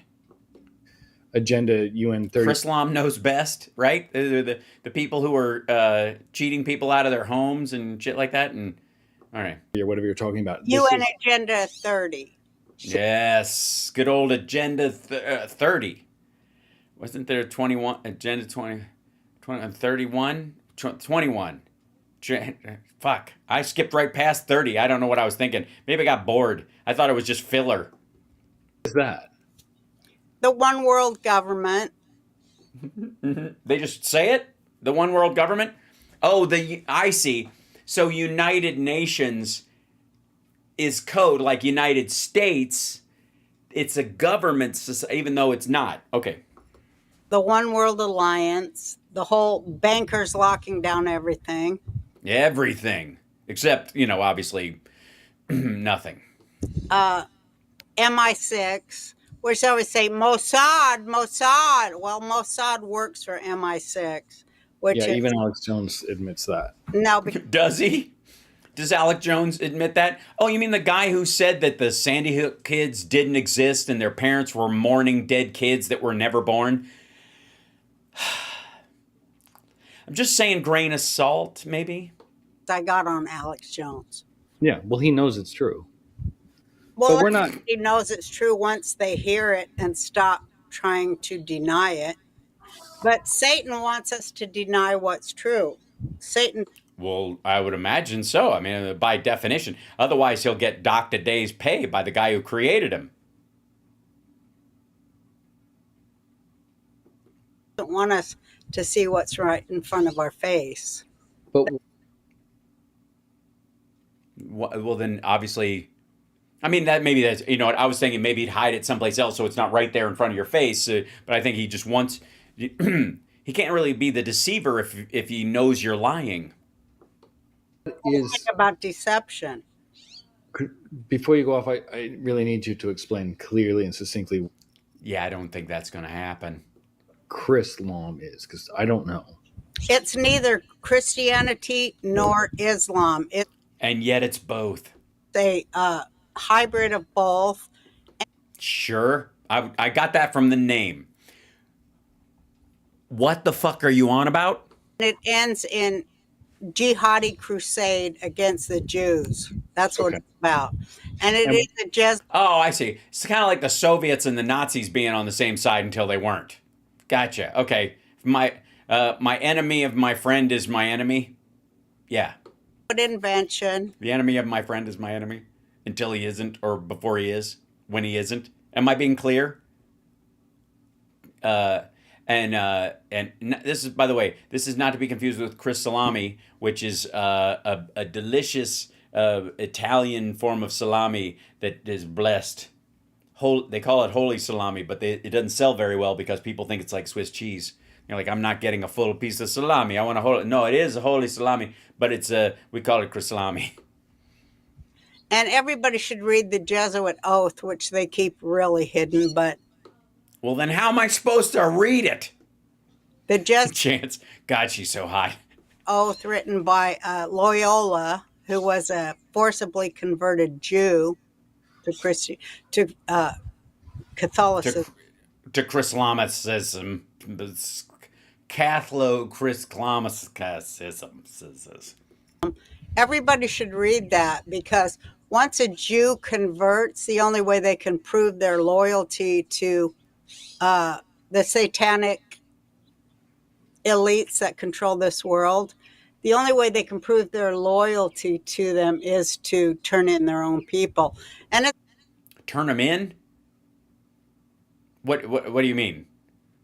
Like at Jew jail? What are you talking about, lady? Same with every other minority group.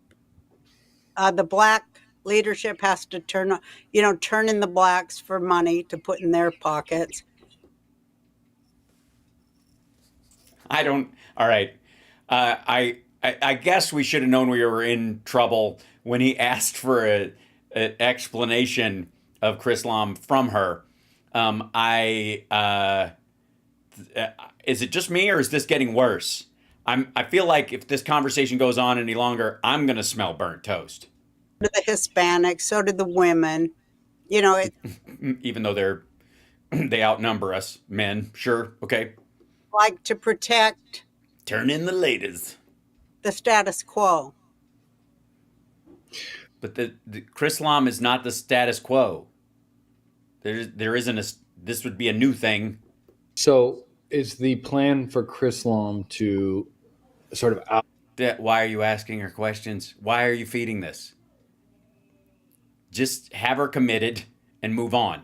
Judaism from Jerusalem so that Islam and Christianity can share the holy sites of Jerusalem? Share. What are you, a communist? Share. Jesus. Do you believe in love of love? Sorry. Far more sinister than that. Just that's what happens. What happens when I say share? That's part of it. That's part of it. That's why they created Transjordan. Where they always talk about the Balfour. Oh yeah, Transjordan, where they try to make Jordan a girl, and it should have told you a lot because Jordan's one of those names that could be a guy or a girl. So I never trusted that. Obviously, now you probably want Jordan to play in women's sports. If I could turn back time, if I could find a way. Sorry. Or declaration. Share. Because they're so stupid, like Dave Smith, who I'm sure his mother stupid Dave Smith and his stupidness. Hated Jews, or his father did. One of them hated Jews. I mean, flip a coin, probably. Yeah, probably his mom or dad hated Jews. Why not? And he's internalized it. But oh, I see people internalize their own parents' madness. Perhaps your son should hang up right now. That's the trick. That's the rich man's trick. Anti-Semitism is the rich man's trick.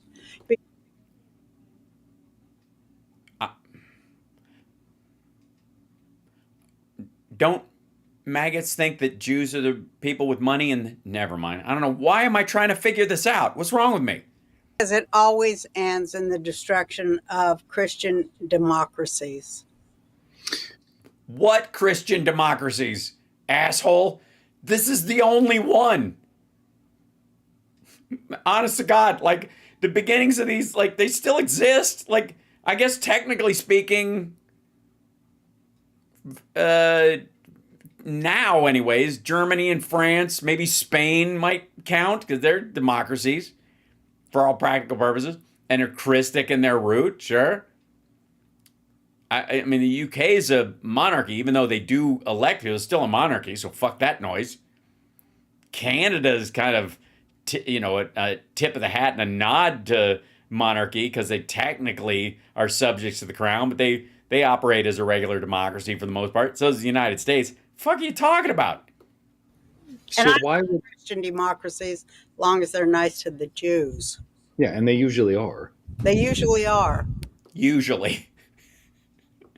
So they aren't getting all Nazified, which is always a danger. And that's says the Trump supporter. It's happening in America. Sweden and Norway are also monarchies, insofar as I know, right? Why would someone like, assuming Candace Owens is... That's true. India is Hindu and is the largest democracy by volume of people or whatever. There's debate about whether it's a religious... never mind. This or forget her. Just there's definitely Islamic Christian fusion happening online. They all talk about how horrible Jews are. Jews think Jesus is boiling in shit, and Islam loves Jesus, even though Islam is killing Christians all over the planet. And they make this argument daily. There definitely seems to be this Islamic Christian fusion online. Huh. I think I blame Roseanne. I mean, it's not that the sitcom was bad, but everything since then, maybe you're part of the problem. I mean, maybe you should log off. At least it does definitely not feel natural at all. It feels No, completely. it's not natural. It's all this bullshit they fed us about. It's going to come out too that the English royals will say that they're the true Jews, and they'll They're already doing. Sorry, wait. The English royals are Black Hebrew Israelites at this point? Sorry. So they're going to have to leg wrestle Nick Cannon for this role? All right, I'm done. This is fucking lunacy. Point I was trying to make is that this whole there's a big they that runs everything is the same mythology, even if you have a nice set or whether you're talking on a fucking balcony because you're rich and nuts. What it feels like. I think it is. I mean, I call it the uniparty. Yeah, that's what lazy, stupid people say. That's like deep state. It's a bunch of lazy bullshit. It's when you realize that there are no partisan issues, just partisan solutions, and some issues, even if you want to be partisan, can only be solved one of a couple of ways, and you're going to have to work it out together. That's the 80-20 rule. 80% is in that zone, 20% of it, 10 on either side if it's evenly distributed, which it usually isn't. It's right now in the Democrats, it's like 2-18, right? The Republicans, the MAGAts being the 18% of the lunatic right that's eating most of the cycle right now. But it's not a uniparty. They have to agree on shit. It's a democracy, dumb fuck. Last year, Marjorie Taylor Greene and I introduced a resolution to oust Mike Johnson. After Mike Johnson put a bill on the floor and was the tie-breaking vote to send more money to Ukraine, after he passed another omnibus, after he passed another bill to spy on Americans, using mostly Democrat votes, because a lot of Republicans are waking up. Also, just the bill just said spy on Americans. That's what it was. So it was the spy on Americans bill. That's what it was. It was just the big spy on Americans bill. Okay. That and didn't vote for it. After he did 3 or 4 really bad things, Marjorie and I put a resolution on the floor. Which you think are bad things, right? I think they're. By the way, can I just say for the record, one of these guys is from Kentucky, and it isn't the guy in the hat. Things. Okay. Spying on Americans, sending all the money to Ukraine. Yeah, is this a guy who sounds like he's from Eastern Kentucky? For real. I mean, you don't have to have, you can be educated, and I lost my accent when I moved to Chicago on purpose. But this is a dude who's selling proud Eastern Kentucky. I think they're not Republican. By the way, that's an awfully nice suit. Especially for the Theo Vaughn podcast. And he's a Republican speaker. So we put a resolution on the floor to vacate the speaker's office. And what does that mean? To get a new speaker? Get a new speaker. Yeah. No, they just want to keep the room empty, dumbass.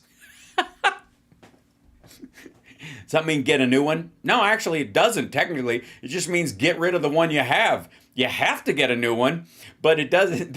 That's the next process. Okay. And typically no Democrat will vote for that. And if he doesn't have enough Republicans to sustain that vote, he will lose and you get a new speaker. Why would no Democrat vote for that? Well, because they don't like the first choice. Why would they like the second choice? The first time in history they did. They did vote to keep Mike Johnson because it was as good as they've ever had it. They were getting everything they wanted. You believe he was helping their party? Yeah, he was helping their party. So, oh, yeah. Mike Johnson's basically a Democrat at this point. Like him and AOC, they're like this. If they were any closer, it would set off his porn app. Kept him in power. So it is really hard to change things. You can occasionally get people to try, but the consequences of trying and losing can be great.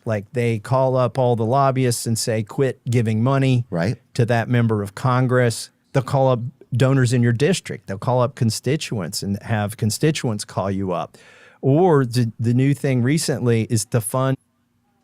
Sorry. So because you floated this thing, Republicans called your donors and called your constituents and said, fuck with this guy. And that means there's a uniparty. Sorry, did Democrats do this? Did Democrats fuck with you? Oh, thanks so much, Stacy. Social media campaigns. Yes, tomorrow night, Flappers, in Burbank.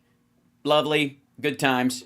The NRCC, National Republican Congressional Committee, they spend money on Twitter influencers who then do things against who knows what. I mean, they're directing them. That part isn't transparent, but it's directed toward me. Yeah, Democrats aren't wasting their fucking money tormenting Thomas Massey. Yes, he's not quitting, insofar as I know. This dude is locking in. He thinks he's going to be the next round. He thinks he's more telegenic than Chip Roy, and therefore he's got a shot at being vice president or in the next Republicans' cabinet. Our own party. And he might, by the way. He very well might. Is coordinating efforts against me. Well, then at that point, that's what I'm saying. There's a party it's them against you, which is okay. I've got a thick skin, right? But I'm just saying, it feels like it's you guys are playing this game, but it's all against the voter. None. Why? What the fuck are you talking? What thing do you disagree with? What's the thing?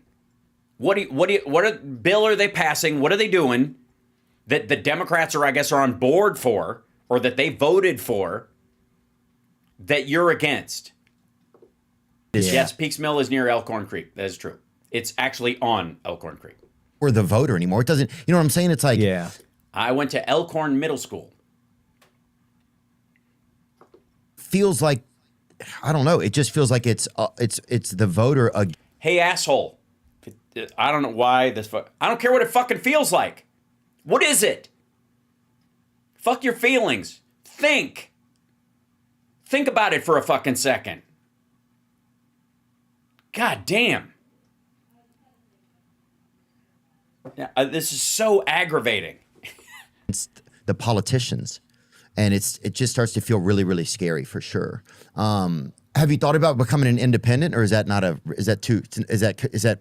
death? I've thought about it a lot. And one of the things that surprised me when I got to Congress is there's two. Do it. Everything. So there's two cloakrooms. There's the Democrat cloakroom. Wait, say that part again. There is the Democrat cloakroom. Sure. Democrat cloakroom and a Republican cloakroom. This is like when you show up to vote, and everyone puts on their cloaks and their eyes wide shut masks and jacks off into a bucket, and whoever's bucket is more full than the other is who decides who's going to throw their weight behind a vote and that kind of stuff. That's why they don't like any. Sorry. Club. I just censored myself. Cut that shit off right there. Two little clubhouses attached to. Hal, tell it to Theo's face. Get him on your show. I don't think he'd come on his show because he's got 1.2 million subscribers and I got 80,000. Not going to happen. You guys have to subscribe if you want me to be anywhere near, calling these fuckers out to their face. Congress. You can go back there and get a hot dog and a hot ham and cheese, an ice cream sandwich. In the cloakroom? What the fuck kind of state fair carnival backstage are we talking about? Oh yeah, get a hot blonde too, huh? That is our cloakroom right there on the right. Is that really? Yeah, where's the fucking grilled cheese? What are you talking about? What? You're telling me that room smells like hot dogs. I almost believe it. Yeah, you go back there, although there's some computers as well. That's looking in one direction. If you look in the other direction, there's a sandwich. They're not showing the sandwich bar. Oh, yeah, I'd love a little. Oh, there's a sandwich bar. Yeah, that's it. Yeah. Oh, yeah, totally. Oh, my God. The lap of luxury. These motherfuckers. This looks like eat your heart out, Mar-a-Lago. I got to say, though, this is right on par with the Mar-a-Lago's omelet bar. Check out that TV, man. State-of-the-art 1996. Look at that thing and the fucking plug for it coming out the side. It's literally, look, hold on. They had to put a power brick in there, a jack up there, so they could plug the TV in so that they could have this fucking Zenith from 1996. God damn, who wouldn't want that? I mean, obviously this explains the thirst for power. Fucking loaf of bread and is that a giant jug of creamer? That's that's it? Yeah. Now that's Cabinets are old, huh? That's the yes. Democrat cloakroom. The Republican one looks just the same. Okay.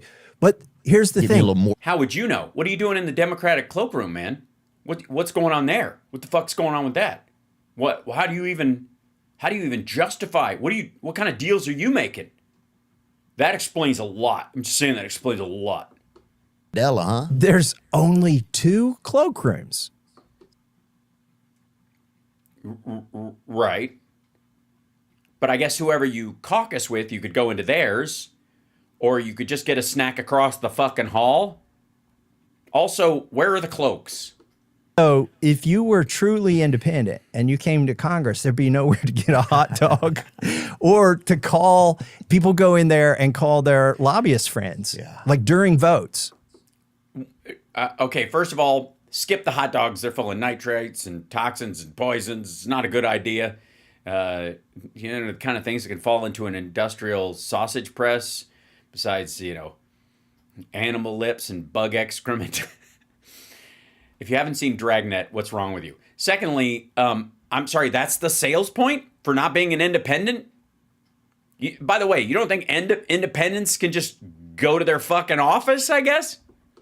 You'll get a call and they'll say, hey, don't dare vote for this. Or maybe they'll call up a member of Congress will go to the cloakroom and call and ask for advice. Any case, there's also things called back rooms on every committee. You've heard of backroom deals? Mm-hmm.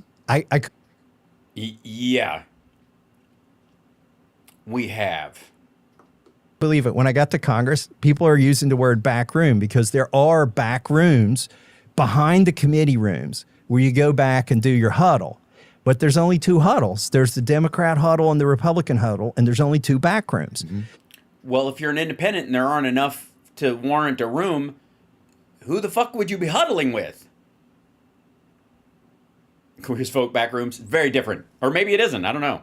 So I say if you were an independent, you're going against the architecture. Yeah, but who the fuck are you huddling with? And can't you just huddle with whatever? If you're an independent, you can go into both rooms. Not just tradition. It's built into marble and oak. Wow. We've had more than 2 parties before, though, fuckhead. Can only be... Yeah, the Bull Moose Party used to own one of those rooms, too. 2 parties. That's how strong they have put it in. And if you're bipartisan, that means you like... There's a hole between both rooms and you can stick your dick through there. I get it. Both parties? If you're bipartisan, there's a glory hole that goes between the 2 back rooms. Yeah. I mean, I've seen it. I've heard about it. I don't know. I've never, taken that tour. That I'm not bipartisan. I'm transpartisan. Mm-hmm. Trans means you can't identify with either some days. I don't know which cloakroom to go into. Wow. Some days they don't want me in either cloakroom. So I feel like I'm a transpartisan. Wouldn't that be someone who used to be a Democrat and becomes a Republican or vice versa? Lindy Lee, for example, comes to mind. She would be a transpartisan. At least you can just be out in the van outside, That's right. Some days I have gone out to the camper and just drink some raw milk and just be like, we're so screwed. Let's go back in and try it. But I think it...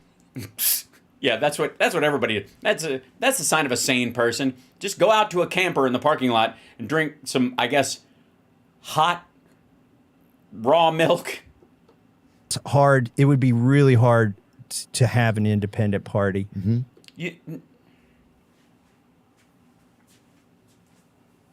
There's no such thing as an independent party. You're an independent. That's the whole fucking point. There wouldn't be a you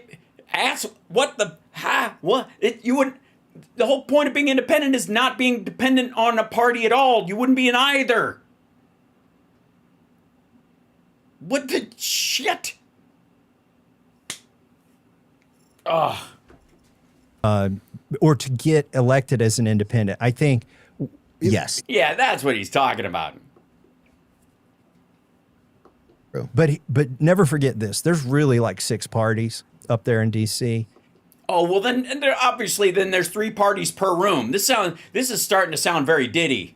Been shoehorned into 2. How was Danny from The Shining? You're not far off. By the way, one of the things that I saw the Shining in the theater when it came out, and the reason my mom took me is because I looked like Danny, and she was like, "He's the smartest person in the whole movie, and he's the survivor." So I think it'll be a good thing, right? She was right. Cloakrooms, right? And so you got to pick which. And so either way, if you had a separate party, you're kind of still in one cloakroom or the other. He's kind of still in one huddle or the other. Yeah. So there's well, maybe on issues. Maybe you huddle with one group on one issue, and where you're more with one side than the other. I mean, it's going to pass. Whatever it is, it has to be written and voted on. Doesn't mean an independent can't draft it up. Maybe everybody votes for it. Fuck's wrong with you? A guy from Maine. His name's Angus King. He's a senator, and he runs as an independent, and he gets elected as an independent, and then he goes in the Democrat cloakroom. So yeah, that's him. Oh yeah, he definitely looks like a Maine guy. So he gets elected. Undeniably wears a raincoat at night. You may have heard the term. Wears a raincoat at night. It does rain in the evening sometimes. I don't know what that means. Rhino. I wear my raincoat at night because sometimes it rains. In name only. I have a friend who calls him an an independent in name only, because he gets elected as an independent.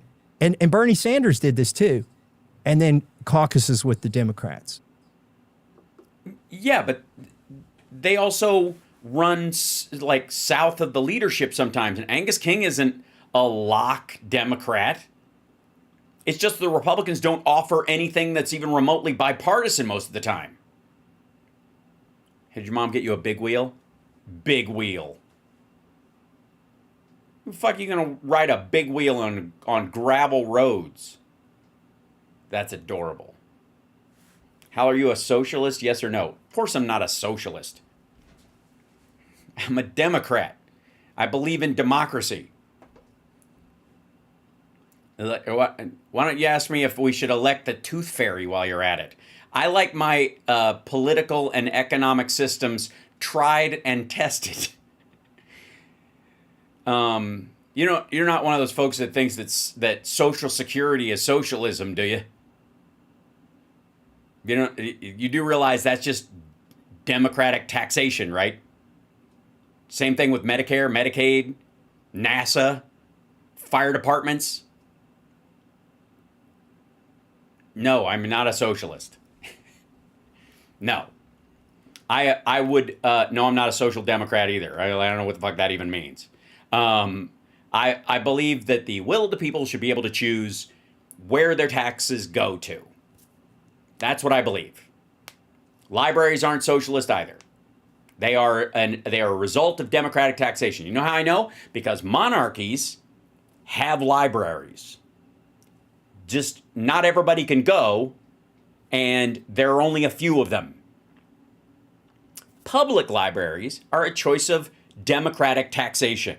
The idea that we all believe everybody should have access to it. So we direct our taxes to build libraries. And if we don't, they will knock them down. If you elect people that don't like libraries, they will knock them down. So the existence of them is not about socialism. It's not about a system that's in place. It's about where you direct your taxes. I'm just telling you. Yeah, right. Get my hands off my Medicare, you damn socialist. Yeah, no. So Medicare and Medicaid aren't socialist either. Because we don't have government hospitals, for one. You dole out money that's tax dollars that you take in specifically to people so that they could do it. Public roads, same thing. Kings built public roads. They just got to pick which ones got built and where. What? Honest to God, does anybody think that in monarchies, even parliamentary monarchies like King George and all these fuckers didn't have police and fire and armies and people that built roads and shit like that. They taxed people, and then the king made the decision where their taxes went. None of the stuff we have is socialism. None of it. Because it existed in one way or another. It just only existed for the people the king wanted. Social programs are not socialism. They are the result of democratic taxation. The ethics of the citizenry. They don't magically happen. Nobody's forced into it. Nobody makes it happen. And again, capitalism doesn't even define the market situation we live in. It doesn't. It's an outdated term as well.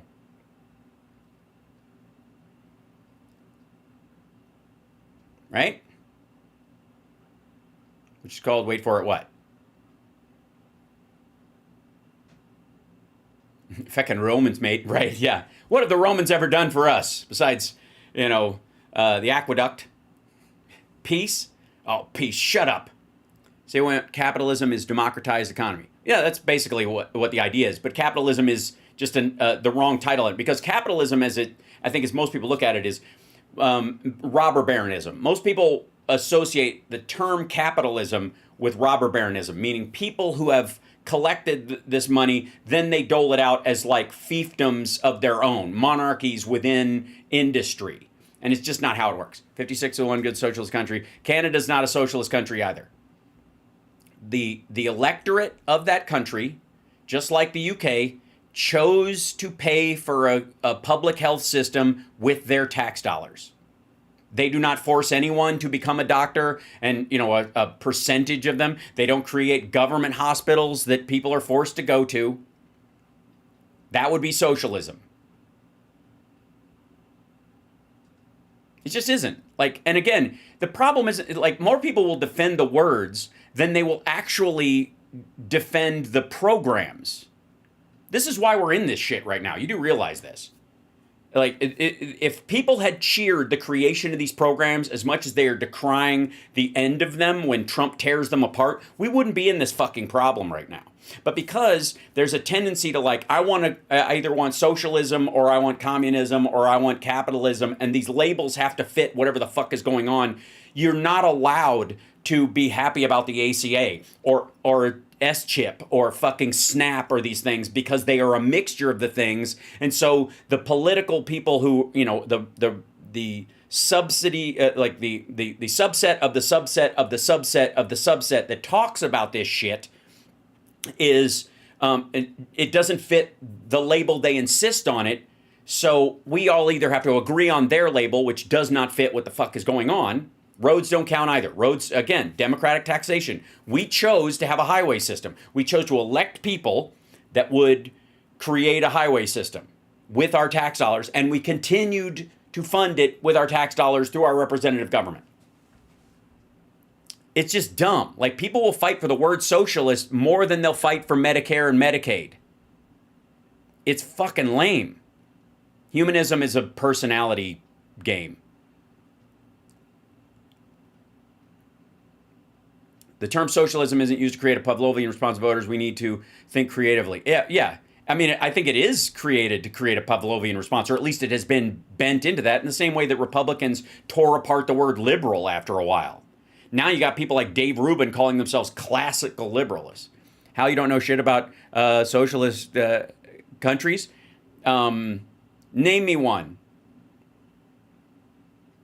What's a socialist country that the people don't have a vote in the social programs that are created, where the government creates the programs and there isn't a democratic means to change those programs?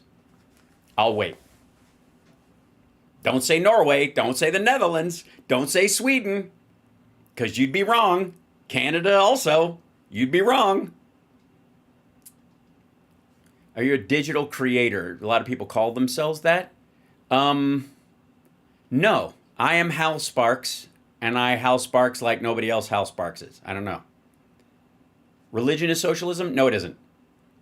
Religion is a spiritual system. Socialism is an economic methodology. Russia's not a socialist country by any stretch. Oh my God. It's a kleptocratic or oligarchy. North Korea is not socialist either. It's a monarchy disguised as one. You have a family passing the control of the country down from father to son. Norway's not a socialist country either. They have social programs, but they're voted on by the people. They have taxation. It's a monarchy, by the way, with a parliamentary system. And even China and Russia don't live up to that. Like China's not a fucking communist country. Are you shitting me? There's no social security. Like, even if you're going to call social security a socialist thing, China doesn't have anything like that. You're fucking done. Even universal healthcare. I agree. Ubiquitous healthcare, or the availability of it, would be one thing. But unless you're going to create government hospitals with government doctors and nurses in them, and a mandate that people end up working in those things, then you don't have a socialist system. You just have decided as a society, which is a good thing, to create a medical system. That's it. The VA is not, yes, it is a material response to a specific issue within the standing army. The VA is a medical brigade of the standing army. It's not socialist. Or it would be available to everyone, and it would be mandated. Look, again, this is about people fighting for the word, not the thing. Single payer versus universal healthcare. I don't know that there's a difference in most people's minds, Dragon X Flyer. Right? I think, you know what I mean? Single payer and universal healthcare, single payer is one of the ways you get universal healthcare. You could also create a system of hospitals and a system of doctors and nurses that are paid for by the state, and people get a free ride through school to learn how to be a doctor and a nurse or whatever, but they have to serve in afterwards for 10 years in, public service, or the rest of their lives if it's full socialism, right? But that's it, Now, socialism is why Sears Canada existed for almost 300 years, and HBC is the oldest corp in North America.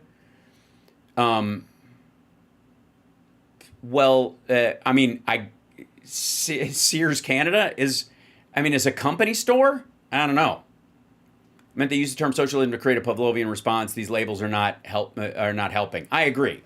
I think they should. But here's again, if it helps you to call it socialism, so be it. But that isn't what socialism actually is. It's certainly not by the people who designed it or defined it. Just isn't.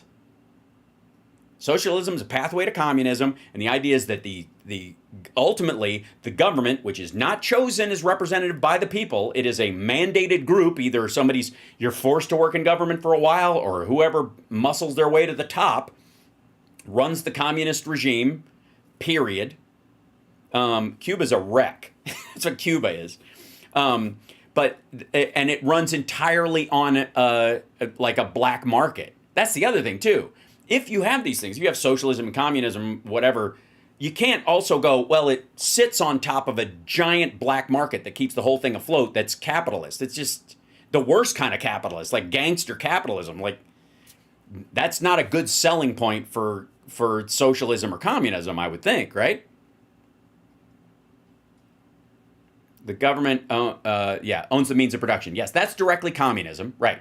And you don't have a say. The government also decides what's worth making and assigns people to make it, which is not democratic at all, which eliminates,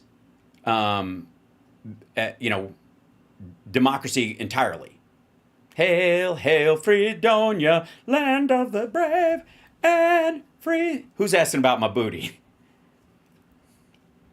Labels does not prove substance and or practice in life. Right, that's what I mean. And most of the time, the people who are talking about, Social Security is not socialism. It's not. It's a program created via democratic capitalism. It is. The voters decided we got to make sure old people are taken care of. And by the way, we don't do that by sending them to a company store and an old person hospital. They're given money to spend however they want. They can even misspend it if they want to. right? That's what makes it not socialism. As a matter of fact, the primary defining of the fact that it isn't socialism is the fact that they are given money to spend. Yes, you pay into Social Security, you achieve money for it, it's a bond system, right? And you get money and you can spend it however you want. Yes, it's insurance, right? Which is not socialism at all. Western Uganda, really? Really? You're going to talk about like countries that are borderline failed states? Sweden, Norway, and Denmark are social welfare countries. Fact. Yeah, because they voted that into place. They can break that contract. You mean AI Google has it wrong? I don't know. What depends on what you're asking it. Garbage in, garbage out, dear. That's what we always have to worry about. What social system would AI help us develop? It wouldn't necessarily. It's that wouldn't be a thing. It would help you with direct solutions based on the available resources. If you told it just like a recipe. You know how like one of the things they talked about with AI was if you tell it what's in your fridge and it'll give you a recipe for those things. Okay, that's the best it can do. That's the best it can do. Because you still have to make a decision whether you're willing to eat that or whether that's something you want, right? Sorry. Flirts with capitalism, failing to realize unfettered capitalism cannibalizes a free enterprise. No, I don't. Why would I ask for unfettered capitalism? Nobody actually is for unfettered capitalism. Then I mean, even the capitalists, because they know they would get eaten. None of them think that they're in charge. It's like a mutual assured destruction. They want rules so they can break them and make them only apply to other people. AGI is actually AI. How flirts with cap? I don't know. What the fuck does that mean? Capitalism, you mean marketism? Like, I mean, I would argue that, like, there's an argument of split between most people think of capitalism as robber baronism or mercantilism. That's what they usually think of when it's capitalism, when really we're talking about, like an effort-based economy, a work-based economy, whether you invest or whether you work physically, you can add value to the public, and therefore you can receive value back, and you can trade that value for something you think is of equal or greater value, depending on if my day's efforts are worth more to me than what I'm getting, I'll go someplace else. That's because you can or you will, right? But if my day's effort is worth less than what someone's willing to offer me, that's a job you take, right? That's how most of it works. If you're willing to trade your time for whatever you make, that's you saying this money is worth equal to or more than my time is during that day doing something else. That's in a regular job market, right? Most of the time. Burkina Faso, you're adorable. So that's where, like, the fucking Richard Wolff and his bullshit about, like, when the employer, when you cost more than you produce, then you're not worth anything to him, and he'll cut you loose because you're not worth it if he can't exploit your work. I'm like, okay, asshole, listen. If it took more calories to lift the fork to your face, if your arm took more calories then the food you could lift to your face with your arm would be worthless. If Mason is going to tell me about socialism, of course I am. Masonry is a democracy. Everyone is on the level. You know that phrase, on the level? You ever heard that phrase, on the level? When people are kind of like, hey, he's on the level, somebody's on the level, meaning that they're honest and a fair person to work with. That's a Masonic phrase. That comes from Masonry. Being on the level. You meet someone on the level. We're all equal. That's, by the way, why Masonry is outlawed in Iran, why it's outlawed in Russia, why it's outlawed in China, because that's not how they operate. We're not on the level. I believe we are. I believe we're all on the level. We are all equal. We are born equal, and that's what that's what democracy is all about. Yes, square deal. That's right. He's a square G. All that kind of stuff. That's where that comes from. So I believe we're all created equal, and we all should have a say in our government. And anything that we don't have a say in our government, in our private life, that has nothing to do with that crisscross where our lives mix, like roads and bridges and shit like that, is nobody's fucking business, as long as you're not harming someone else. That's what defines me as an American. That's what America means to me. And the other great thing about America is that it's not on anybody's 23andMe or their heredity.com or any of those things. It's no one's DNA to be an American. It doesn't matter where you're from, you can be an American, because that's the concept. We all share this one thing. We can come from a lot of different backgrounds, but we all believe one thing, that all humans are created equal and should have a say in their government. No taxation without representation. That's what I believe. That's how I live. You're half a bubble off. That's okay. As they say, as Albert Pike said about religion, everyone is entitled to their own unique mistake.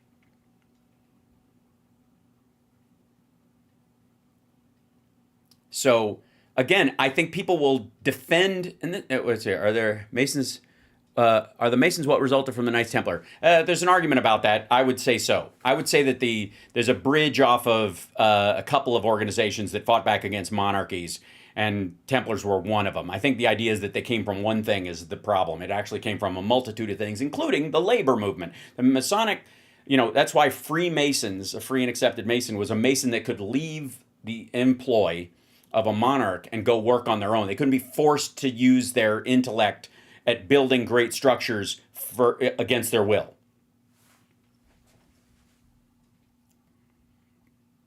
Does that make sense?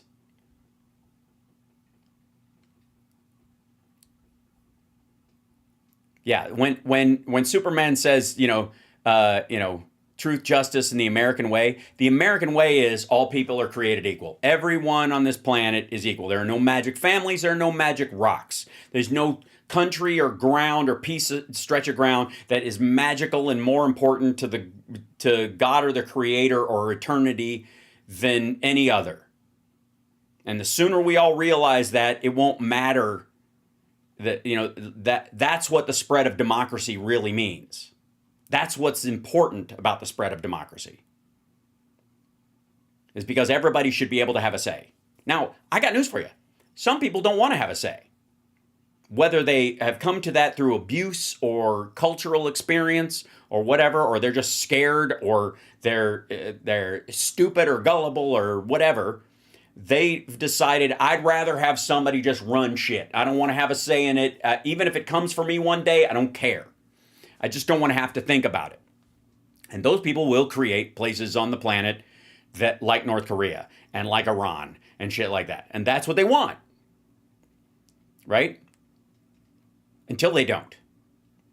And I think as our responsibility as a democracy is to be a good example of that. Even when women can't be Masons. No, it's not that women can't be Masons. It's that Masonry is for men. Men need it, women don't. That's the point. And there's also, there's a female Masonic order that's different. But point is that men need it, women don't. I've been through this before. We've had this conversation a bunch of times. Yeah, the Order of the Eastern Star is for women. But again, women don't need this. Men can be awful and create children from the second they hit puberty to the day they die. Women have a maturing arc in their life, biologically. They go through an area where they can have children into an area where they can't.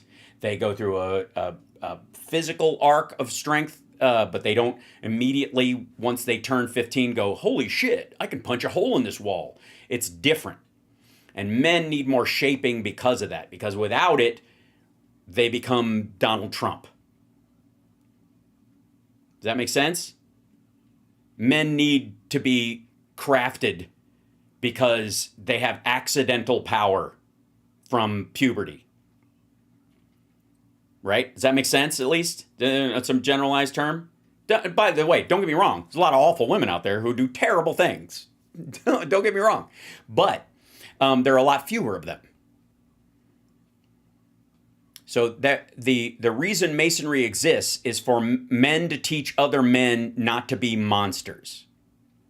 And having women around while that's happening has just been historically not helpful, I think. Is really why that came.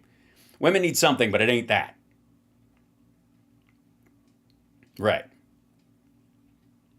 They become bad bros, right. Yeah, Donald Trump, Roy Cohn, Jeffrey Epstein, none of them could be Masons. They would not be allowed because we can make good men better, but we can't make bad men good. Yeah. Groucho Marx, right. I don't want to belong to any club that would accept me as one of its members. Yeah, ironically, though, fairly certain he was Masonic. And Masons are not a cult because you can be any religion. You don't have to believe in the same God. You don't. It's not a cult. A cult is very specific. It has to have a unifying religious theme and character. Does Trump hate Masons? Yes. Well, atheists aren't a religion. So that, yeah, they can't join. You have to believe in something beyond this life. But anyways, so the point is, we get to this, but the point is, so yes, a Mason is telling you what's socialism and what isn't. Pagans then, well, sort of, yes. I've argued for a long time, I mean, Masons aren't pagans, but I would argue that had Europeans come to America as pagans instead of, derivatives of the Abrahamic traditions and monarchy, they would have integrated with the Native American tribes instead of fought with them. That's why the Vikings didn't wage war, because they were polytheistic. Polytheistic religions jive a lot better than competing monarchies. Again, this gets us to democracy. What's your focus? You don't have to believe in the big Zeus if you don't want to. You can focus on one of these sub-gods that's a better example of who you want to be in the world. That's why I wear my Luke amulet as a Celtic god that I can vibe with. Right?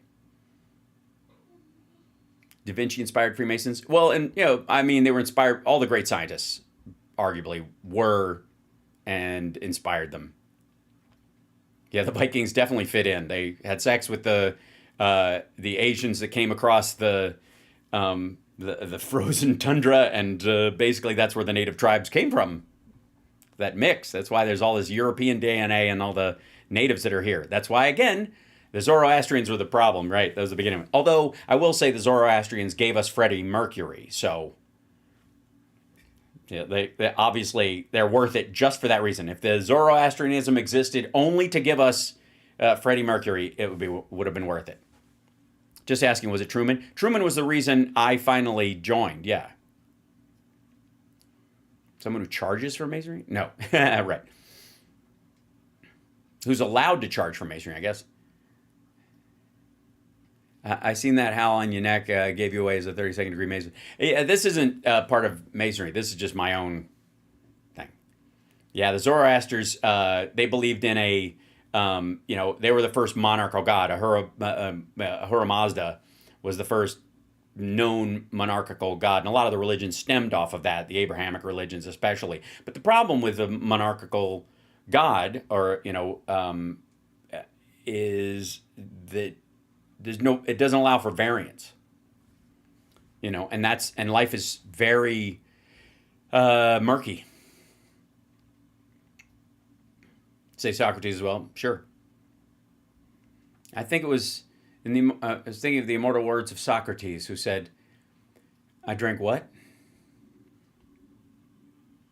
Yeah, monotheism is effectively a spiritual version of monarchy. That's why who was it?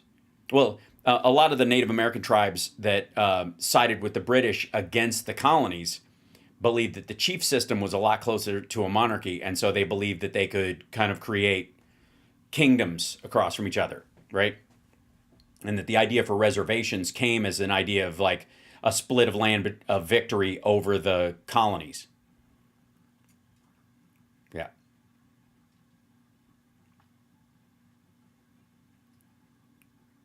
It's a form of social control. I don't think so, Jenny. No, that undercuts it. It can be used for social control, but then so can everything else. I mean, you want to talk about like the misuse of an ideological, conceptually ideologically pure thing being used as social control. Look no further than communism or socialism in that regard, right? Or you could even look at, abject capitalism, unfettered capitalism, as somebody mentioned before, in terms of MAGA, right? These are basically just like hypnotism words. If you're using one or the other, it means you're on the team or you're not on the team, and neither of those words define the actual substructure at all, right? MAGAts are not Christians. I would agree, but they also would say they are. And that's the thing where jargon becomes more important than the ideas. That's the problem I have, and that's why I will always push back on this stuff. And it will always start these kind of conversations, and I will never back down because it is in my very nature. Is there a show tomorrow evening? Yes, there is. As a matter of fact, tomorrow I have a show at Flappers. Please join in. It'd be lovely. And I'm going to, because Rob can't be here in the morning for the morning show, here's what I'm going to do. And I hope this is okay with Andrea and CSL, but I'm not going to do the morning show. I'm going to drive in the morning, do my afternoon show and the Flappers show, and then drive back afterwards to do radio from here. Because after that, I'm going to the movies with the family to see Fantastic Four.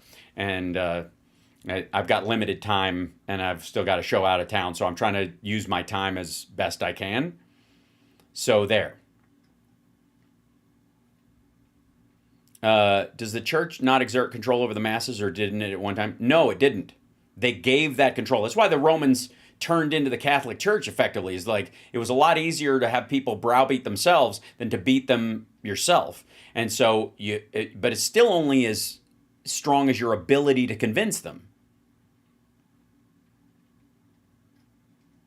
No, thanks. Go on. Yeah, I do these shows to help Flappers because since COVID, all the comedy clubs have been going through a rough time, and they're lovely, and I adore them.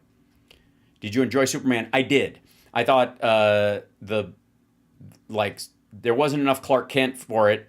It was a little too. There's that Watchmen thing that feeds into it where everything wants to be so nihilist, and I like its pure Boy Scout attitude. I'm being treated to a barbecue tomorrow afternoon and can't. Aw, Pam, no worries. You can watch it later. It's all right. The Crusades were pretty convincing. No, the Crusades were in response to the Muslim expansion. This is standard resource war. A lot of people it is very Christian to kick yourself about the Crusades, and very Islamicist to not talk about the Ottoman Empire and the expansion through there and what they were choosing to do. None of this shit happened in a vacuum. And again, people are equal. And this idea that that there was just sort of like innocent victims just flowing in one direction was a little bit silly.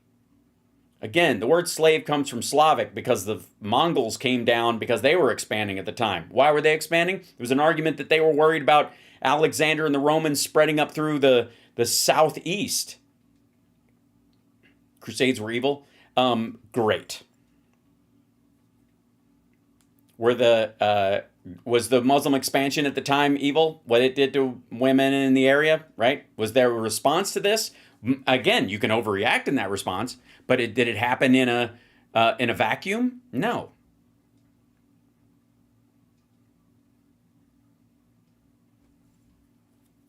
And again, warmongers are the people who make war just to make war. Again, you're writing off the deep beliefs that these people actually had, however misplaced even. The Muslims did not prevent people from worshiping who they wanted. Yeah, they did. That was the whole point. I agree paganism worked better. Again, this is monotheism versus monotheism. It's always gonna suck. Monotheistic religions are always going to be at odds with each other because they're all going to try to muscle each other out because there can only be one God. And the one thing about like the Celtic gods, the like Northern European pagan gods and the Roman gods was that they were polytheistic. They believed in a myriad of them, and there was a lot of overlap. There's a lot of Odin is Zeus and Zeus is Odin, and everybody's like, oh, you call him that, I call him that. It was just another name for it. In the same way that Allah is just another word for God. But when it comes to monotheism, it gets pretty rough. Because you can't, right? There's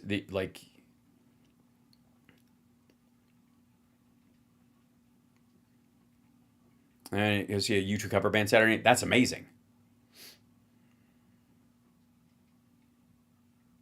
My God is better than your God. Right. That's the old Carlin bit about it. And that comes from monotheism. Which is, again, the root of, the Zoroastrianism turning into the Abrahamic religions and that kind of stuff. All war are evil. Again, I agree. All wars of aggression are evil. Defending yourself isn't. Al, don't forget the video. That's a good idea. Hold on. I'll go get a cat and you guys will feel better about this. Hold on one second.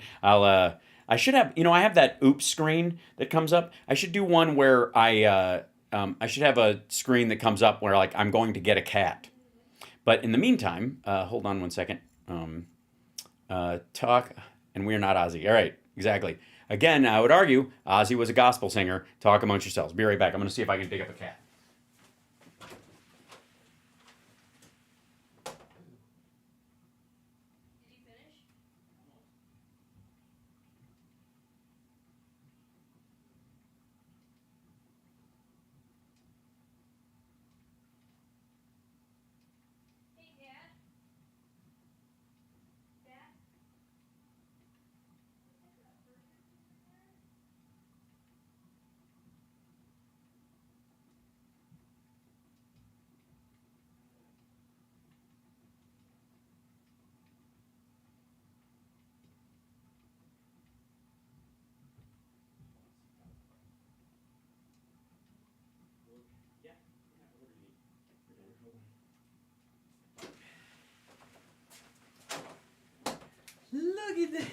Look at this little boy. Look at this lovely little boy. This is Bucky, everybody. Here he is. Here he is. Little sleepy boy. Such a good little boy. He's so sweet. He's such a sweetie. And he's very floppy. And he loves to be a panther. He likes to hang on your arm and like lay like this, draped over, ready to drop down on somebody from above. It's a buddy. It's a buddy. It's a buddy. He also is a cuddle bunny. He's a cuddler. So he likes to sit like this and look at the fan. Probably the most like laid back cat in the whole house at this point. But how can he not be? He's so adorable. He does attack everyone else, and he wants to have a good time. But there you go. There we go. So, yeah, so that's... he's a pocket puma, exactly. This is my little boy. It's a Bucky. Yeah, he's pretty great. Aw, thank you so much, J.D. Christie. There's a guy. We have new medicine for Chip and his throwing up that comes tomorrow, so wish us luck. This little guy, hi. I think you need a snack. Yeah? You do. Yeah. I'm also, I train the cats to know that noise, and he's just learning it. So, it's cool. Does your kitty scare the cat? Yes, he does. Yeah. So there he is. He's a little one. He's getting big. Look at my arm. Look at the side. Look how big he is. He's getting there. Yeah, and he does have beautiful eyes and he's sweet. And he's got little like brownish lines in his fur that you can only see in the sunlight. But he looks jet black everywhere else. Yeah. Hey, buddy. What's your boy? How's your boy? How's my boy? How's your Bucky doing? Yeah. You're such a good boy. You're such a good boy. All right, I'm going to put him back where I found him because he was sleeping fairly comfortable. Adore you guys, and I will see you tomorrow in the afternoon. And then, of course, all the Patreon folks and the members on the channel, we will have I'll have the Flapper show for you guys. And that's it. Yeah. Who's a boy? Yes, it's a boy. You are a boy. I know you're wonderful. Okay. Bye.